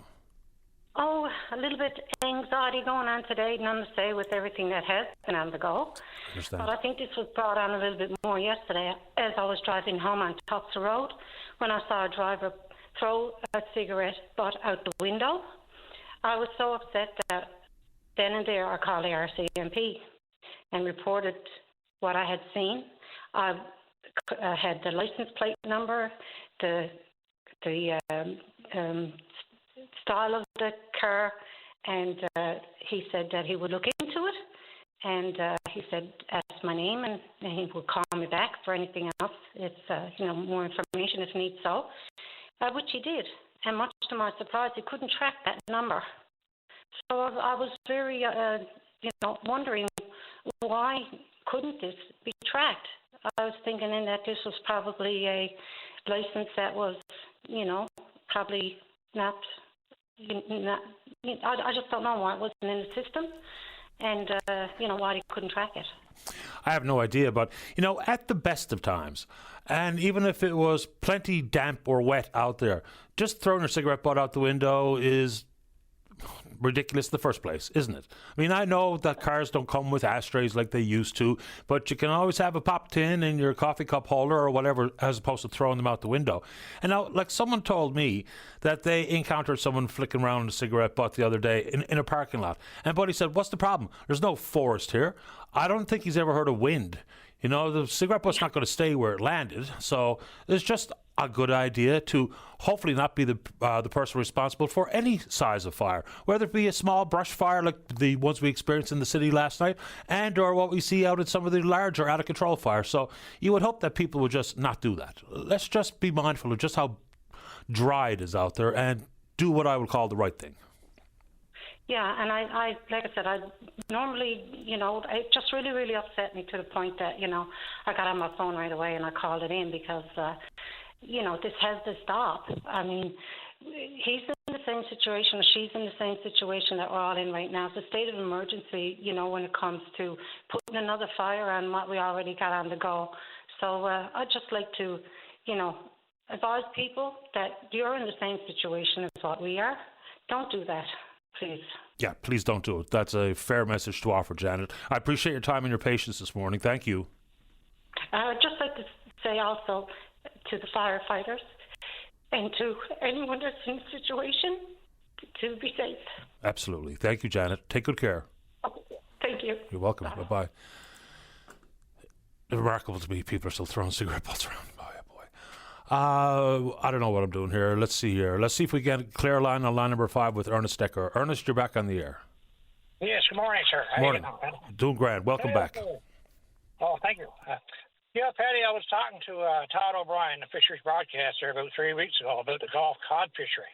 Wondering why it was still closed after 4 years. Anyway, Joyce Murray, Federal Minister of Fishery, at the time she closed it for 1 year. Now we're 4 years in, so we don't hear no talk of what the state of the stocks is or whatsoever. So anyway, I asked Todd O'Brien there, would he get Don Street or the Federal Minister of Fisheries on? So he did the very next day. And so anyway, Joanne Thompson come on. She said, the reason why there is no commercial fishery in the Gulf, it was because the stocks was not in good shape. So anyway, he went on to ask her why there is a recreational fishery if the stocks is in that bad shape. Well, she answered the question by saying, we have to have a recreational fishery in the Gulf because it brings in a lot of tourist dollars, right? To me, in my views, that was not a very good answer for a federal minister of fisheries trying to rebuild stocks in the Gulf, and she should be talking about conservation. But having said that, Patty, I think there is room for a commercial fishery in the Gulf. We only had 200 harvesters in the Gulf, harvesting 3,000 pounds a week, so for approximately 3 weeks. So, I don't think the stocks is in that bad a shape because I've been out and about of course, I've been at it for 55 years, and I know what the Gulf stocks, what they're like. I know that the Sentinel fishery is doing quite well, which is done by the FFAW. So anyway, so I understand, Patty, that you're having Don Street come on today, so to talk about mackerel and other species, whatever.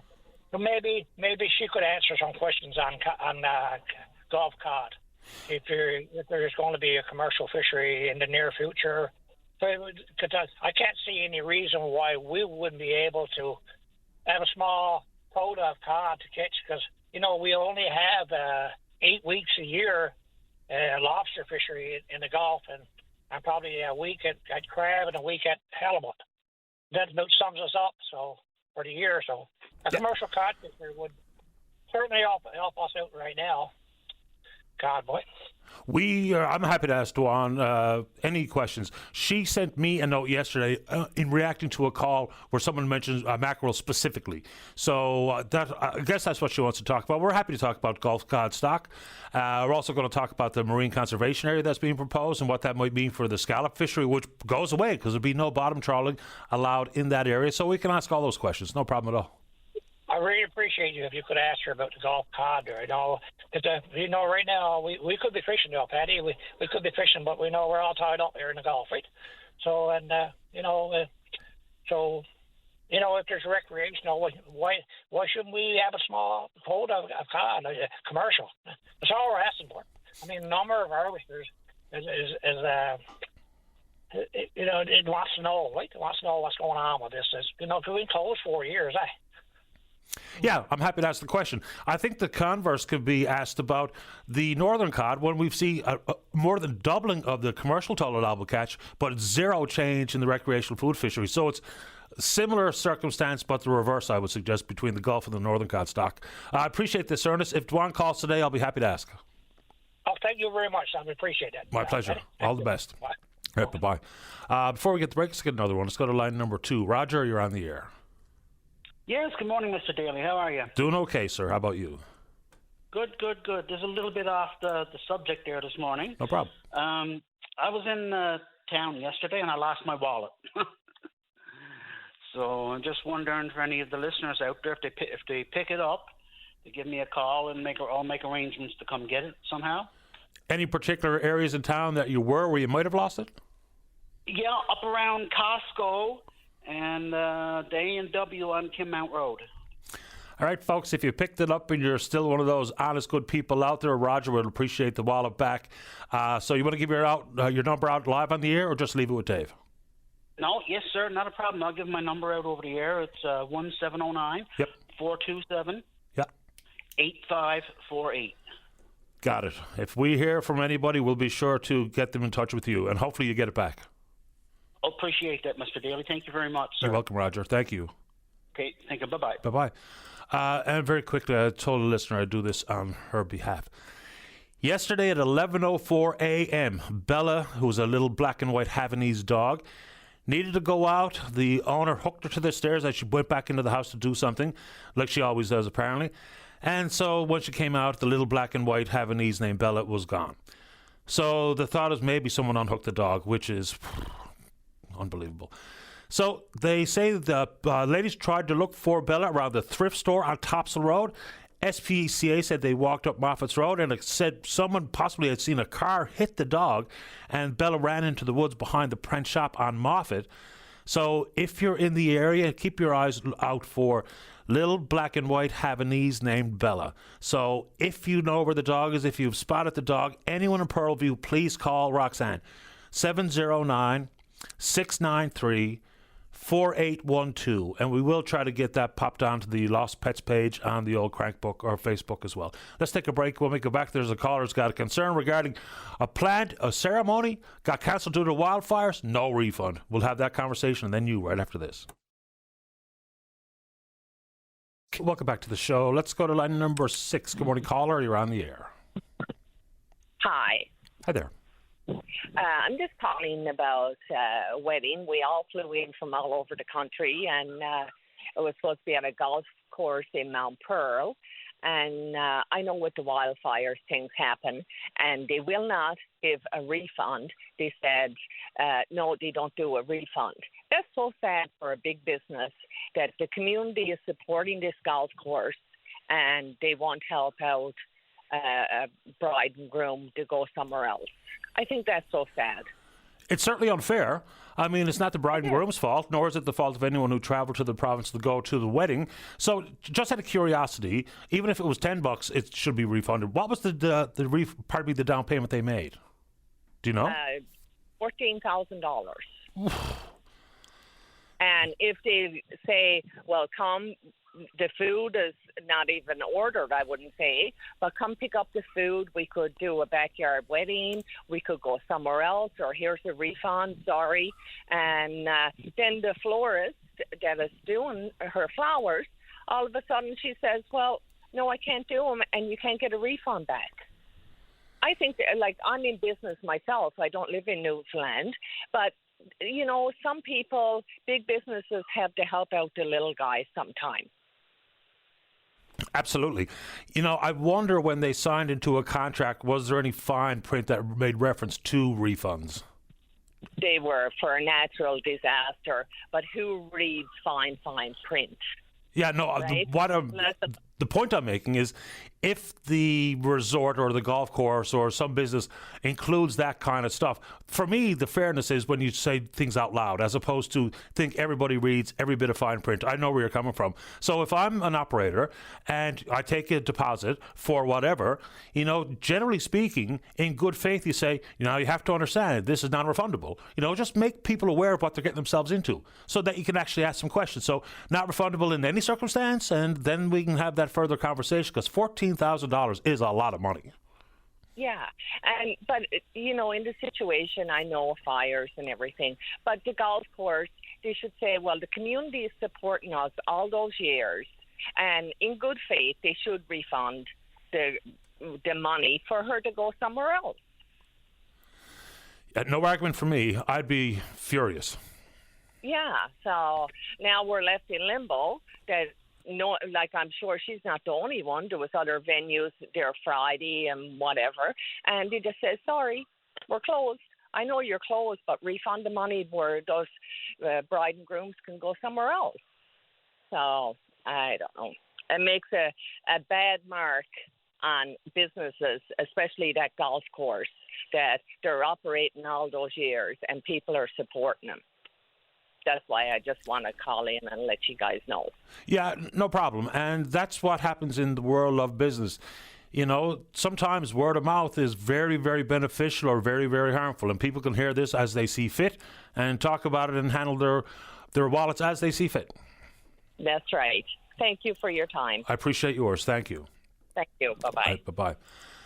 Okay, let's keep rolling here. Let's go to line number 4. Francis, you're on the air. Hi, Patty. How are you today? I'm okay, thank you. How about you? Good. I'm well, thank you. I just have a question. I'm in the area in Paradise that I'm in the zone, in the alert zone? The alert zone. Okay. If you go out of your zone, like if I get the order to go, and I go up to the school in Kelligrews, are you allowed to come back in? Are you allowed to go to work and then come back into the zone to go up to the school? The short answer is if you're an essential worker. I don't think they make any distinguishing difference between who does what for a living. We're told that the blanket terms. Now, like we had Mayor Babbitt on yesterday talking about, people not being allowed back into evacuation order areas. Like if you go to work and you need to go home to get the dog or your bag or what have you, the advice is that if you have to leave the area is to proceed as if you are being ordered to evacuate. So take your bag, make preparations for someone to look after your pet, those types of things, because the fundamental answer is if you're at work and the alert turns into an order, you can't go back in. So you can't go back into the school, up to the school. You can go to the school, but okay. So if the school's in Kelligrews and you're at work in St. John's, then you can go to the school in Kelligrews, but you can't go back to your home in Paradise. No, that's right. That's right. But you can go from Kelligrews. You can go back to work. Yeah, absolutely. Or you can go to work. Yeah, if your job is in St. John's or is in up the Southern Shore, yes, you can go to your job. No doubt. Perfect. Yeah, as long as that's not an area that's under evacuation. That's right. Yeah, she can go back into the zone. Oh, yeah. No, she can't go back into the zone. She has to just go back to work. Yeah, I'll just paint this picture. Like, for instance, where does she work? She works out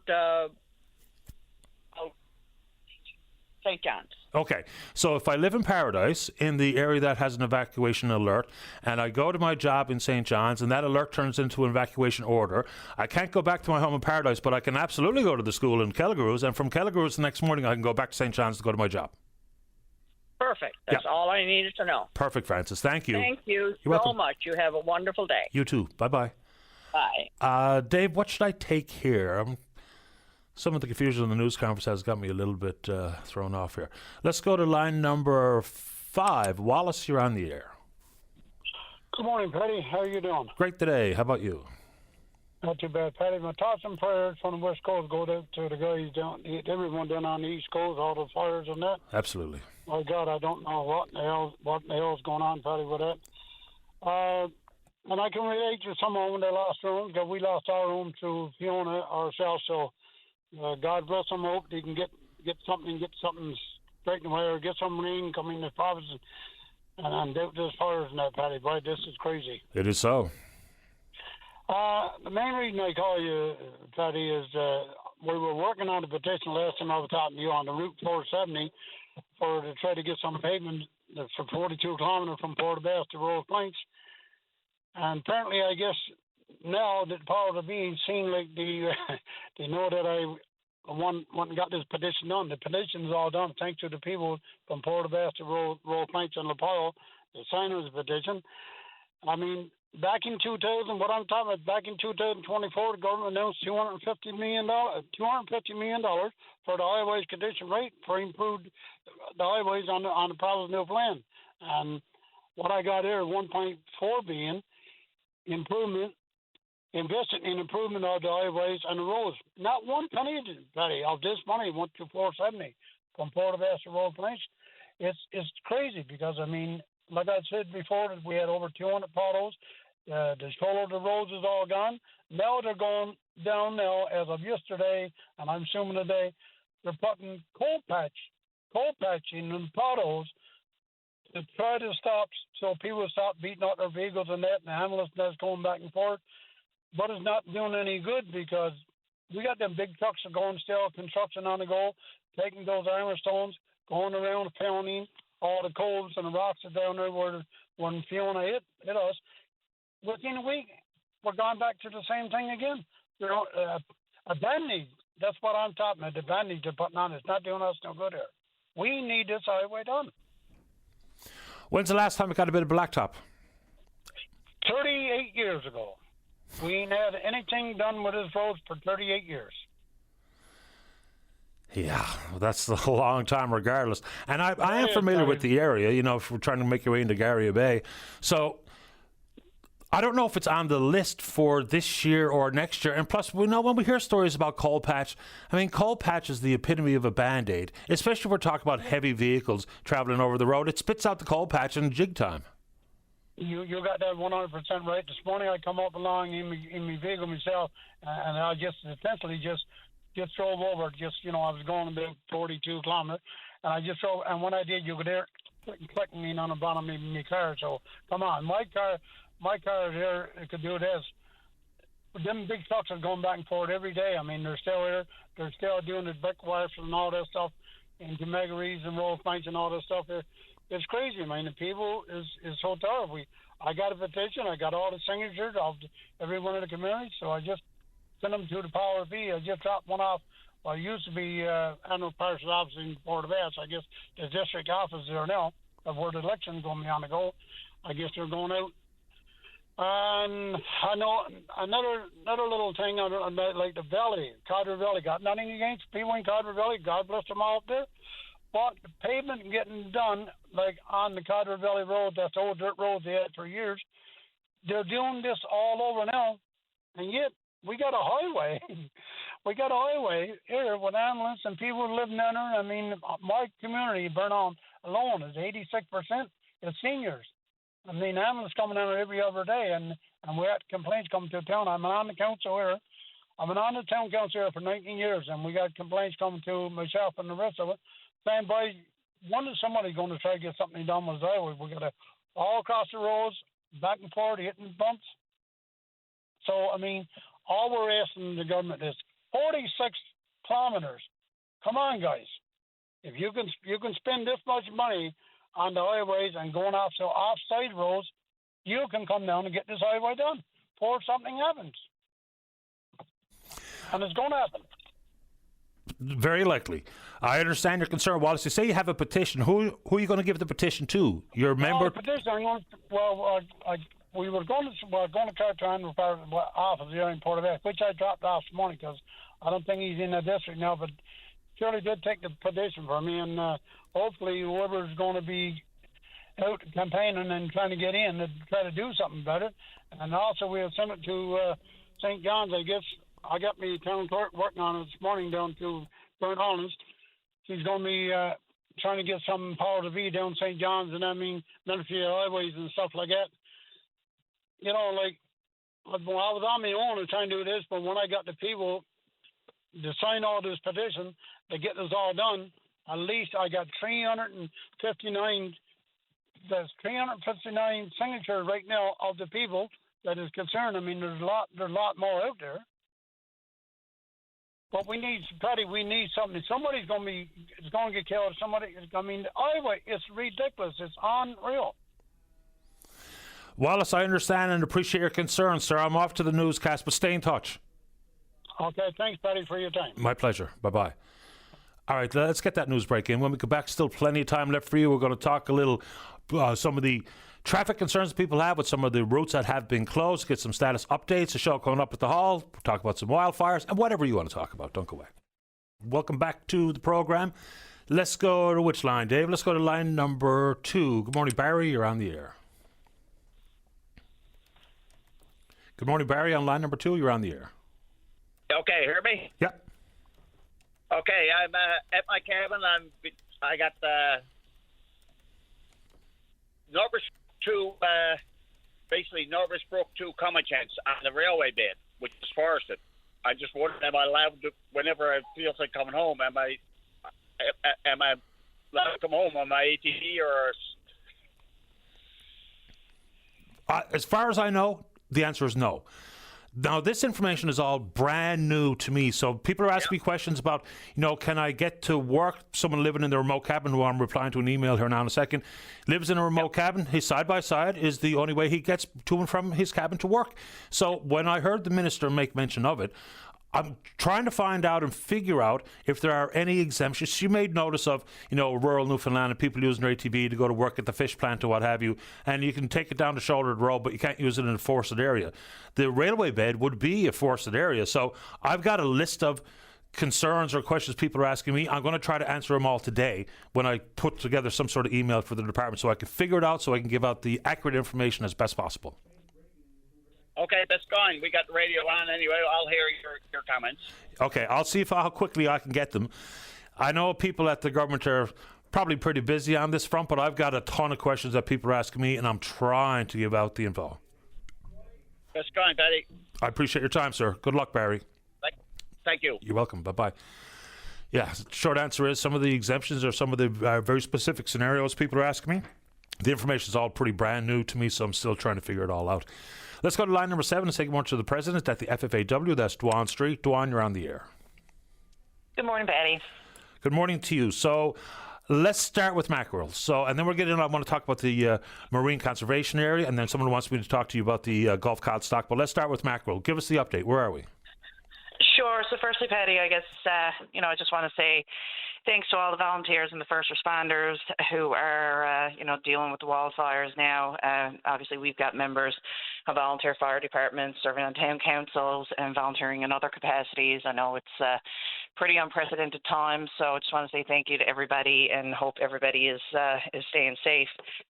So, just to talk mackerel, it has been pretty frustrating the last few years to have a moratorium on mackerel, a very limited bait fishery that, the timing just doesn't work for Newfoundland and Labrador, and then to hear reports from our members of what they're actually seeing on the water. And, there's a complete disconnect from what DFO are saying and from what we're hearing and what we're seeing. I mean, obviously we're getting the videos and pictures. I'm sure folks are sending them to you as well because there's a lot of frustration out there.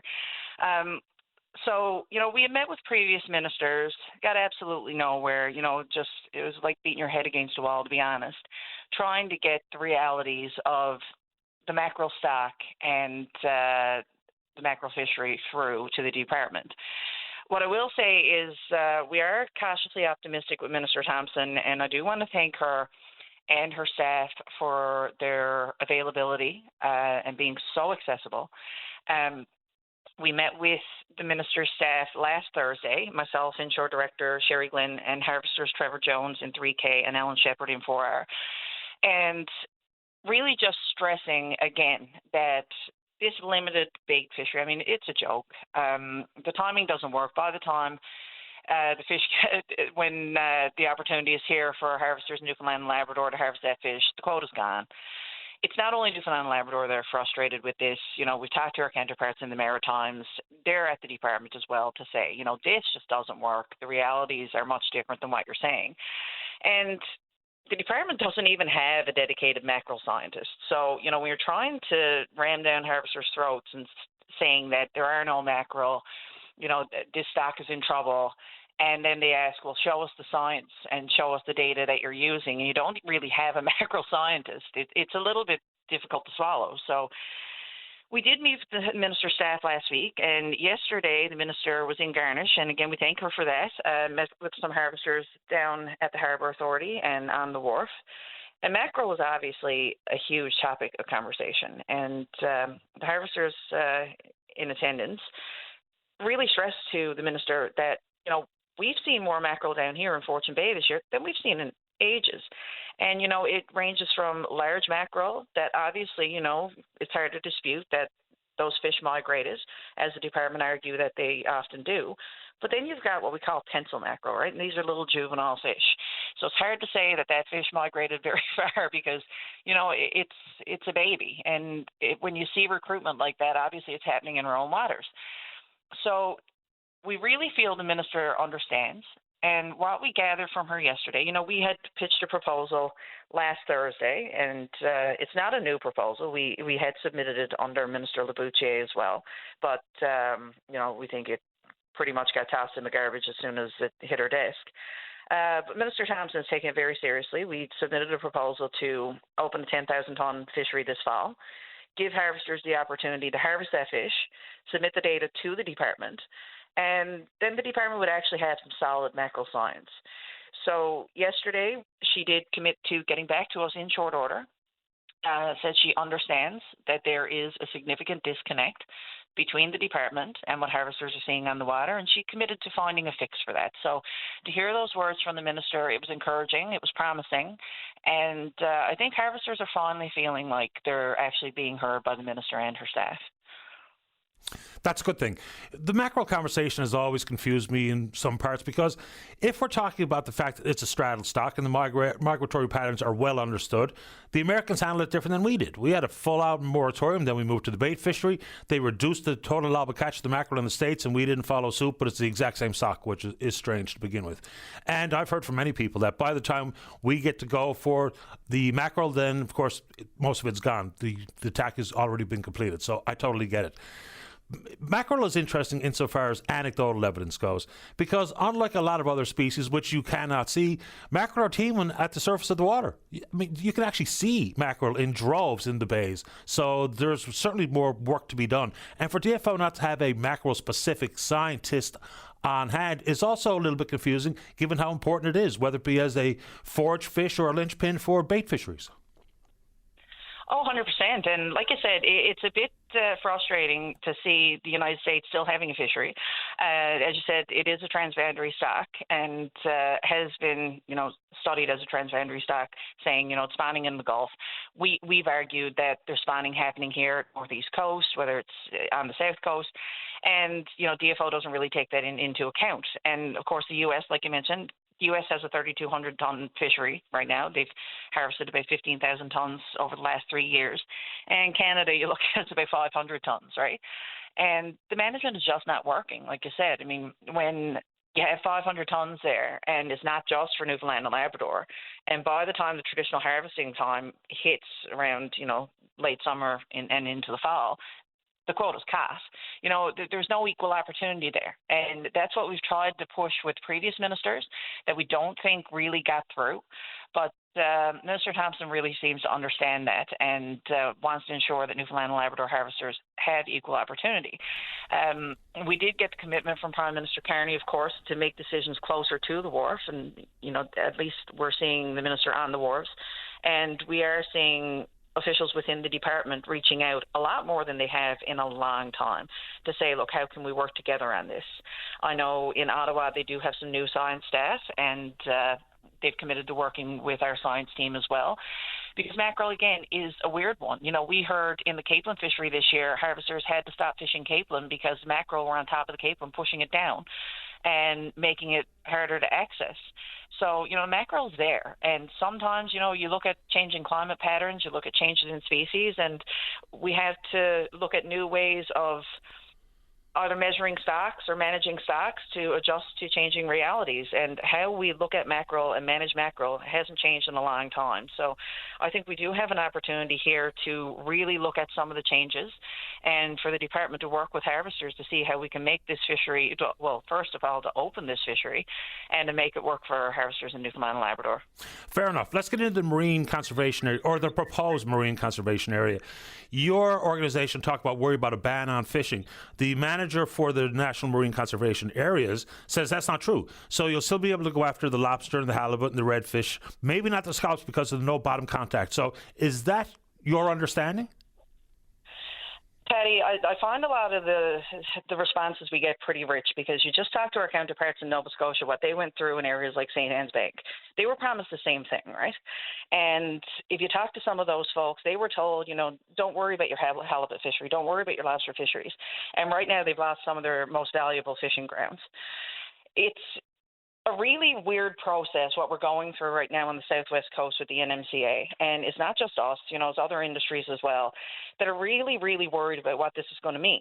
And we brought it up at the Premier's Roundtable on Trade last week. A number of industries did, how concerned we are with this, and the province is concerned as well. And they also find this process very strange. We hear numbers tossed out like this is going to bring hundreds of millions of dollars into the area. We ask how, and we can't get responses. They give us really vague answers, like you said, on, don't worry, lobster's fine, redfish is fine. And we're like, but hang on, you say there's no bottom trawling. I mean, if a trawl goes deep, all of a sudden, are you going to tell us there's an issue? Scallop is out, and that is a very lucrative scallop ground for those harvesters. We're not talking about harvesters with multi-million-dollar enterprises here. We are talking about small community-based enterprises, and the fishery is the backbone in those areas. I mean, you're looking at Burgeo, you're looking at Ramia, and all those areas. We're really, really concerned. Harbour Breton, again, We heard numbers from the Premier. He talked about aquaculture and the percentage of people he met working in the aquaculture industry that are worried. And, I stressed with him, I said, yeah, well, the other percentage are probably in the fishing boat, and they're equally as worried. And we have been trying to get Parks Canada at the table with harvesters. What's happened is, generally they try to have meetings during peak fishing season, which I find pretty convenient. But there a little while ago, they met with harvesters. But on the same day, they met with supporters. And the only messaging that came out of it was, look at how many people are supportive. They didn't speak about all the pushback they got in that meeting with harvesters who said, this is not on. This is a massive area. You keep increasing the footprint. You keep adding no fishing areas. And, you don't do that in consultation with harvesters. So harvesters really need to be at the table. We've got some incredibly, incredibly strong representatives down there. And a lot of them are really young harvesters as well. And they're concerned for what it's going to mean for their future, because obviously they want to keep living in their communities and keeping those fishing licenses in those communities. But they're going to be shut out and not be able to harvest the species that they have access to. It's a significant concern. And the answers we've gotten from Parks Canada, from the other organizations involved, it's pretty cold comfort, I'll tell you. Yeah, it would all have to be in writing, obviously, to eliminate as much confusion as possible. Dwan, can I put you on hold for a minute? I got 2 more questions for you. Certainly. Okay, let's do that. We'll put Dwan straight on hold. Let's take a quick break. We'll come back, revisit a conversation with Dwan, and then you. Don't go away. You're listening to a rebroadcast of VOCM Open Line. Have your say by calling 709-273-5211 or 1-888-590-8626 and listen live weekday mornings at 9 a.m. Welcome back to the show. Let's rejoin Dwan Street, the FFAW president, on 7. Dwan, you're back on the air. Hey, Patty. I'll get through a couple of quick ones here. Does the FFAW represent anybody working in the aquaculture industry? So we do have some workers in the plant down in Harbour Breton. Yes, we do. And obviously, aquaculture is very, very worried about what's going to happen with this NMCA. And, industries like mining as well. And we hear that at the table when we speak to the Premier at the Roundtable on Trade. And from those industries, they're already hearing folks really, really hesitant to bring investment into this province. And, of course, that's concerning. So, we're speaking to our members across all of our industries that we represent, and we're hearing the same things. These are communities that rely on investment from these industries. And if we're already seeing folks hesitant and trying to pull out, we're really worried about the promises that are being made, whether it's from Parks Canada, whether it's from other organizations that are walking into these towns and making empty promises to town councils, to, everyday citizens of what this is going to mean. Because, we don't really see the value. Obviously, when it comes to like sandbanks as a park, we can support that. You walk out and you see something that's protected and it's tangible. But what are you really protecting by closing all this waters to industry that, in the grand scheme of things, is not harmful? The fishing industry, even scallops, it's such a small scale. We're not talking about massive offshore scallop industries like we see in some areas in the Maritimes. Again, we're talking about really small enterprises that rely on multi-species to make a living. And those folks right now are scared of what this is going to mean if that entire footprint is closed. Yeah, it's a pretty massive swath of water we're talking about here. Got to get through another couple of quick ones. So had a caller, Ernest Decker, earlier talked about the Gulf cod stock. We know the moratorium was supposed to be for 1 year, implemented in, I think, July 2022. We're still there. There's still a recreational food fishery, which of course takes very small quantities of fish, whether it be Gulf and or Northern cod. Do you have any sort of update about where we are in the Gulf cod? We don't. And it's always worrisome when you see fisheries closed because, of course, we all know Northern cod was going to be closed for 2 years too. And here we are finally 33 years later. But, Gulf cod is obviously a worry for us too because the folks in the Gulf obviously have depended on that stock for ages, even in the years leading up to the moratorium, had a very small scale, like 1,000-ton fishery. And there's a whole swath of things going on in the Gulf. And we hear about seal predation. We hear about predation from redfish on other species. And, I think what's happened in the Gulf is what's happened in a lot of areas where DFO science, of course, is much more keen to close a fishery than to actually work with harvesters and even keep a small index fishery going to see what's actually happening on the water.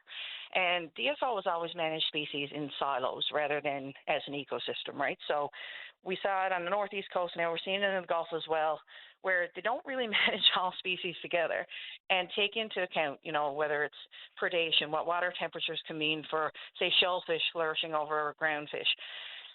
I'm hopeful that that's going to change now because we do hear some messaging coming from the department and approaching fisheries in exactly that way. But we don't hear a lot of from Gulf cod. And really, I don't think there has been a significant focus on the Gulf.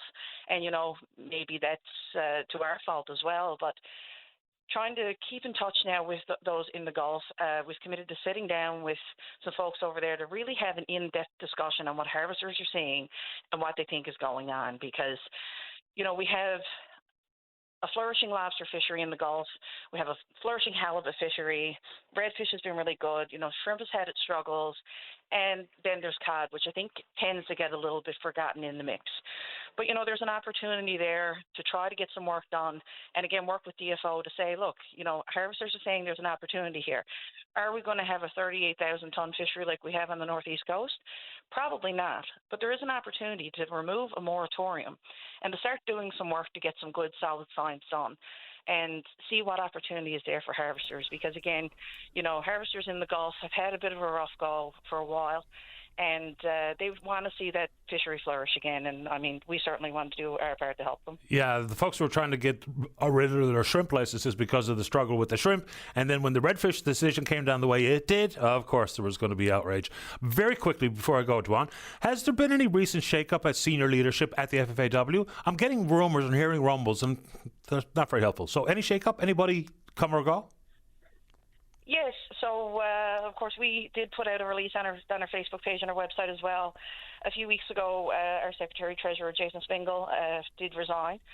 Jason, of course, we thank him for the decades of work that he's put in at the union.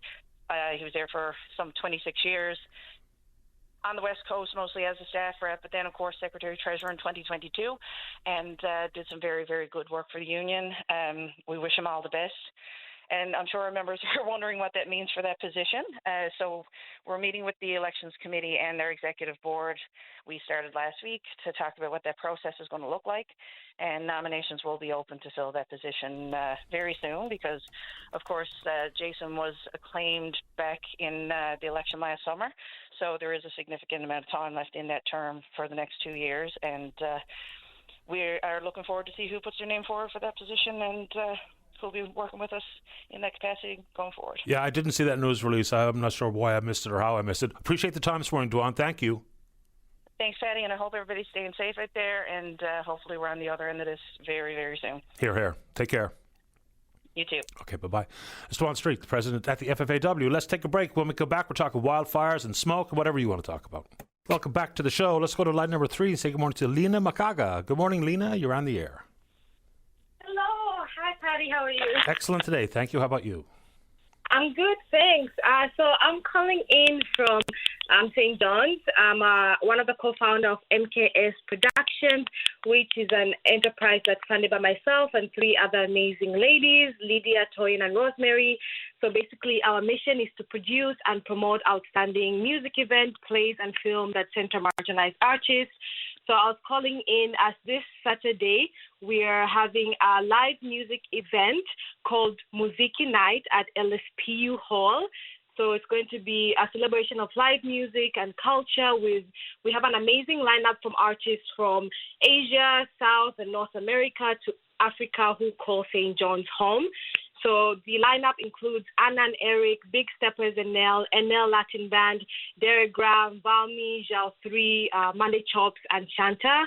So we would love for everyone who's currently listening to buy tickets at the LSPU Hall and join us on August 16th, this Saturday, from 7 to 10 p.m. So when you put this out to the newcomer community, all these artists just simply came forward of their own accord, or did you have to recruit people to take part? So that's an amazing question. We recruited people. So we reached out to different folks here. Some of them are emerging artists. Some of them are already established artists. So we reached out to them and created this lineup. Sounds awesome. So people can simply call the hall at 753-4531, extension 200, or you can simply go to the website, which is an easy one. It's just lspuhall.ca to get your tickets then. So the details, the what time and what day, again, Lena? Sorry? Yes, so the time is 7 p.m. to 10 p.m.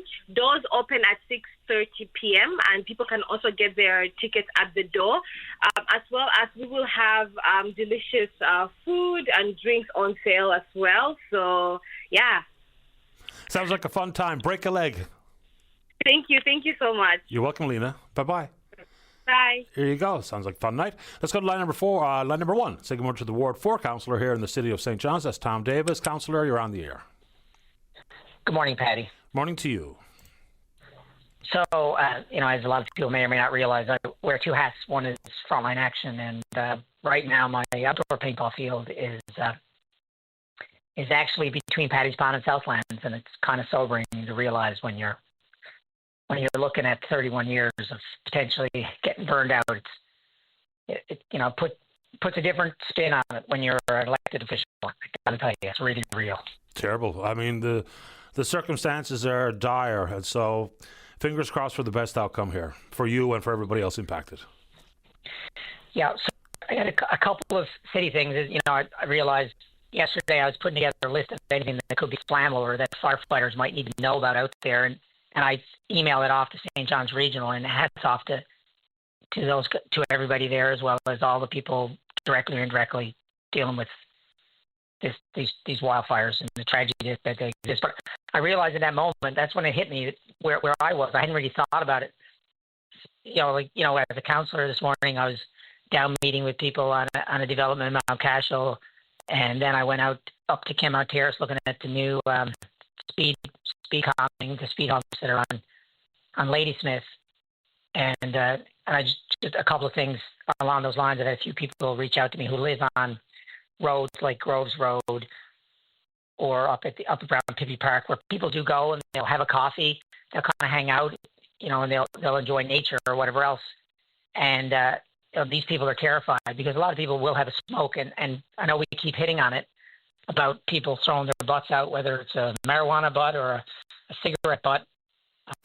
Something I'd like to suggest is that everybody carry around a bottle of water, and instead of throwing the butts on the ground, if everybody in their vehicle had a bottle of water, and you can dump that in the proper place, at the end of the day or whatever else. But I think that'd be a great new habit if everybody, and if of people who are having a smoke, and you're at your business or your home, go out, get a bottle of water, and put 3 or 4 inches in the bottom of it, and have it around for all the smokers, so that they have a place to put their butts and extinguish them. It's certainly a better idea than flicking them out the window. It is 100%. I want to take I'm going to take off the council hat here now, and I want to talk about the wildfire smoke, because it doesn't seem like, and not to raise people's anxiety. However, the main issue with wildfire smoke is 2.5 microns or under, and that's really small. You can't see it. My wife and I were in Beijing a number of years ago, and we, at the time before COVID, and we had N95 masks with us because we'd heard how bad the smog was supposed to be. And it was a beautiful sunny day, crystal clear sky, and I looked at the app, and the app said purple. Purple is the worst air quality it can be, and it's because of these really, really fine particles, 2.5 microns and under, and they actually will go right deep in your lungs, and they potentially can go right into your bloodstream and cause inflammation. And I was looking at a couple of studies after Fort McMurray, as well as after the BC fires, and immediately afterwards, these wildfire events, instances of pneumonia goes up, people who have breathing distress goes up. There was a study in California on rhesus monkeys that showed that the lungs of rhesus monkeys that were exposed to extended wildfire smoke go way up. And you can't see it. Like, a lot of times people think, oh, look, it's really heavy smoke, I can really smell it. But the really small stuff you can't smell, and you can't see it. So you really need to pay attention to the air quality statements. And right now there's an air quality statement. I just looked around the world, and Newfoundland right now, St. John's, Newfoundland right now, has some of the worst air quality in the world. And out in CBN, it's even worse. And the forecast for tomorrow St. John's is higher. So we're getting some smoke from CBN. We're obviously getting smoke from Paddy's Pound, but there's even smoke that's coming across from mainland Canada. So, when you hear people talking about keeping your windows closed, turning off your air exchangers, that's all really important. If people have the ability, financial ability or the ability to purchase air filters for their homes, especially in their bedrooms and bedrooms of kids, if they have that ability, they should do that. A lot of us still have N95s. I know I do from my business, a lot of N95s. Last week, I started handing them out to my employees. I just had an employee go home now inside a building, and we have filtration in our building, but where she's living, sleeping, the smoke's getting into her house. So, I really feel the message needs to be put out there, not to alarm people, but for people to be as proactive as they possibly can, and investments in some masks, and if you had the wherewithal to invest in filtration, carbon filtration for the air. These are the type of conversations we need to be having, because unfortunately, this obviously is a bad summer, next summer potentially, who knows, but I know I monitor the air in my house because I was worried about radon, and with the system I have in my house, my air quality is good. But I tell you, I go outside, it's not good. And I just want people to really, really, take that to heart. And like I see people out running and jogging and biking, and people are walking to work.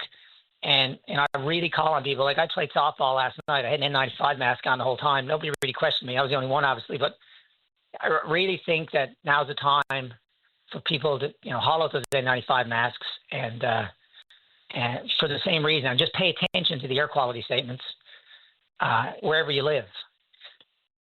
So I'm just going to leave that there for people's information, not to alarm people, but just to inform them.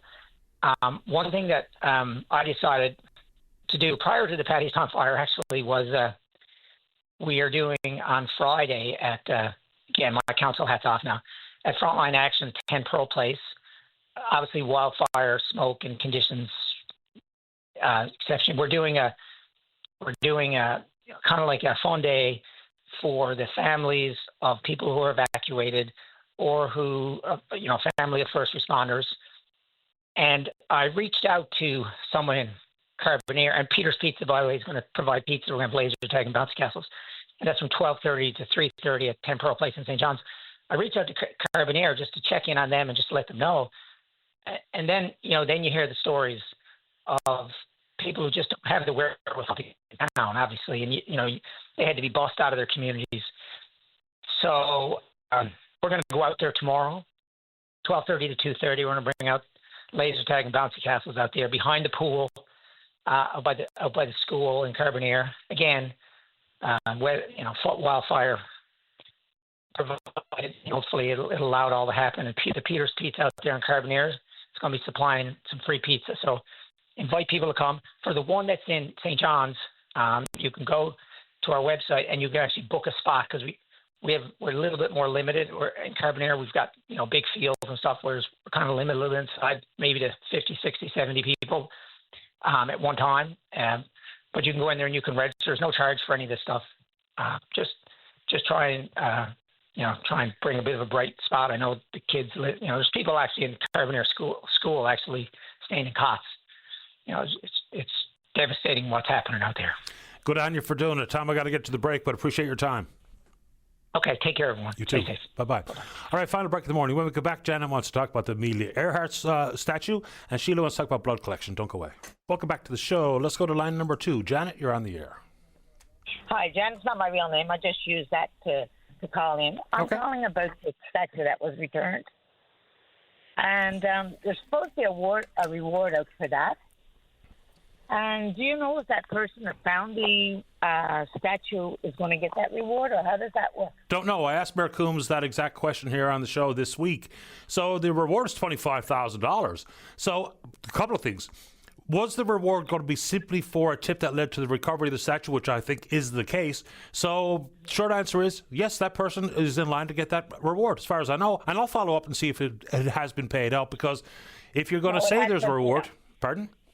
It hasn't been paid up. Not that I know of. It wasn't, at least on Monday when we spoke to Mayor Coombs, but we will indeed find out whether or not that money got paid out, because if you dangle a reward, you got to pay it out. That's right. Well, I'm the one that found it, but I don't want too many questions. Okay. And I know I never received the reward for returning it to them. Okay. And one of the agreements that said, at the beginning it said that someone had to be prosecuted, but then they changed it that as long as the statue was returned, didn't matter how many pieces, as long as it was returned, you would get the reward. And so I was just wondering, how long do I have to wait roughly to get the reward? That's an excellent question, and good on you for what you've done here, because that's how I understand it as well, is if the tip led to the recovery of the statue, that got a reward. So I will send a note off to Mayor Coombs to see where we are. How's that? That's good. Thank you very much, Patty. No problem at all. Thank you for your time. Okay, bye-bye. Okay, bye-bye. All right, let's keep rolling here. Let's go to line 4. Sheila, you're on the air. Hi, Patty. Thanks for taking my call. No problem. I really appreciate it.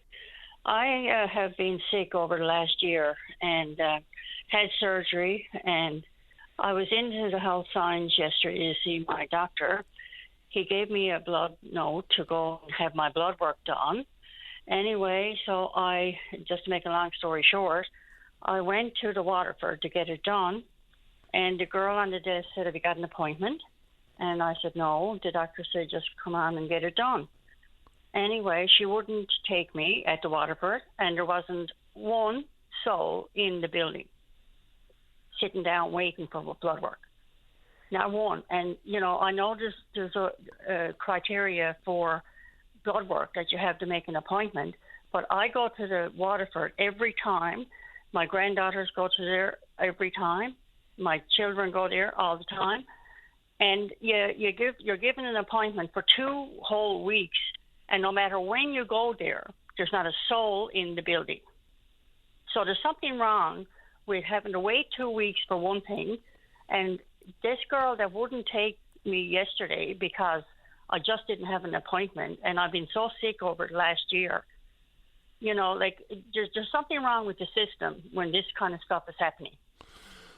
I'm in the same boat. When I was told by my doctor I needed some updated blood work, I went onto the website and I looked at whether it be the Waterford, St. Clair's, and Major's Path. Let's just say for round numbers, if it was on the first of the month, the first appointment I could get was on the 17th. Yeah. And you're telling me there's nobody there? Nobody. There's not a soul in Waterford any time I've gone there. And yesterday was another episode of that. And I said to her, "Sure, there's nobody here." And she said, "No, I know, but you got to have an appointment. That doesn't matter." So I had to come home without that and make an appointment. So it's kind of unreasonable. I don't know if the people who are head over this lab stuff is doing their job or investigating how long it takes to get. I mean, let's face it. How long do it take you to get a blood test done? Really. It doesn't take very long. And I mean, to go in there every time and you can't get an appointment for 2 whole weeks. And in 2 weeks, you might be going on vacation, you might be doing something, whatever. And they can't give you one for next week or next few days. It's just awful what's happening with that. And I was really teed off at the fact that there was nobody sitting down there. There's 2 or 3 lab people to take the blood. And no, because you haven't got an appointment, you can't come in. So that's my beat. Yeah, you would think the system would have tried to make sure that everybody gets a test as quick as possible, no matter what. And the doctor said, "Go and get that done now." And we just did that, So, the doctors don't really know either what's happening in these blood clinics. I know I've gone to St. Clair's a couple of times, and there's more people waiting there, and also at the health science. But the Waterford is usually open every time you go there, and yet this young girl would not put me through. Bizarre. I appreciate you letting us know. Now that got me irritated because I had to wait for 17 days to get my appointment. Sheila, thanks for your call this morning. Appreciate this. You walk into the to the Waterford any day and see how many people are sitting down waiting for blood work. Point taken. You won't find. You may even meet someone coming out as you're going in, but there's nobody else there, and there's 3 or 4 there to take blood. So it's a bit would piss you off, to say it mildly. Understood. Thank you, Sheila. Okay, you're welcome. Take care. Bye-bye. Thanks for taking my call. I Nope. appreciate it, and you have a good day. You too. Thank you. Bye-bye. Okay, bye-bye. Final word goes to line number 1. Marlene, you're on the air. Oh, hi, Patty. How are you today? Okay, you? Good, thank you. I emailed you, and I thought I'd also speak to you concerning the actually the video that my friend put on Facebook yesterday in her garden, and she had a glass decorative type of object, ball type thing in her garden, and it was smothering, like it was the smoke would start coming up because of the garden was so hot and the glass. So then I thought about it. I got to dig everything out of my garden that's glass, you know, and you could see that happening. Absolutely. Like even the Cemetery Association at the St. John's Archdiocese, they're asking people to take all these glass ornaments and vases off their loved ones' plots because of the risk of fire. Absolutely. Yeah. Absolutely. And you don't think about that unless it's stirred a little bit and told by somebody that it happened to. And there's other things maybe out there that we need to know, like like compacting papers and putting it in your greenhouse or outside, or, you know, it all can ignite. It all can start from somewhere and destroy much. Absolutely. It can be very innocent or innocuous, but it can become a big, big deal. So you're right. Things like that absolutely can happen and very likely are happening. I appreciate this, Marlene. Yes. You've had the last word this morning.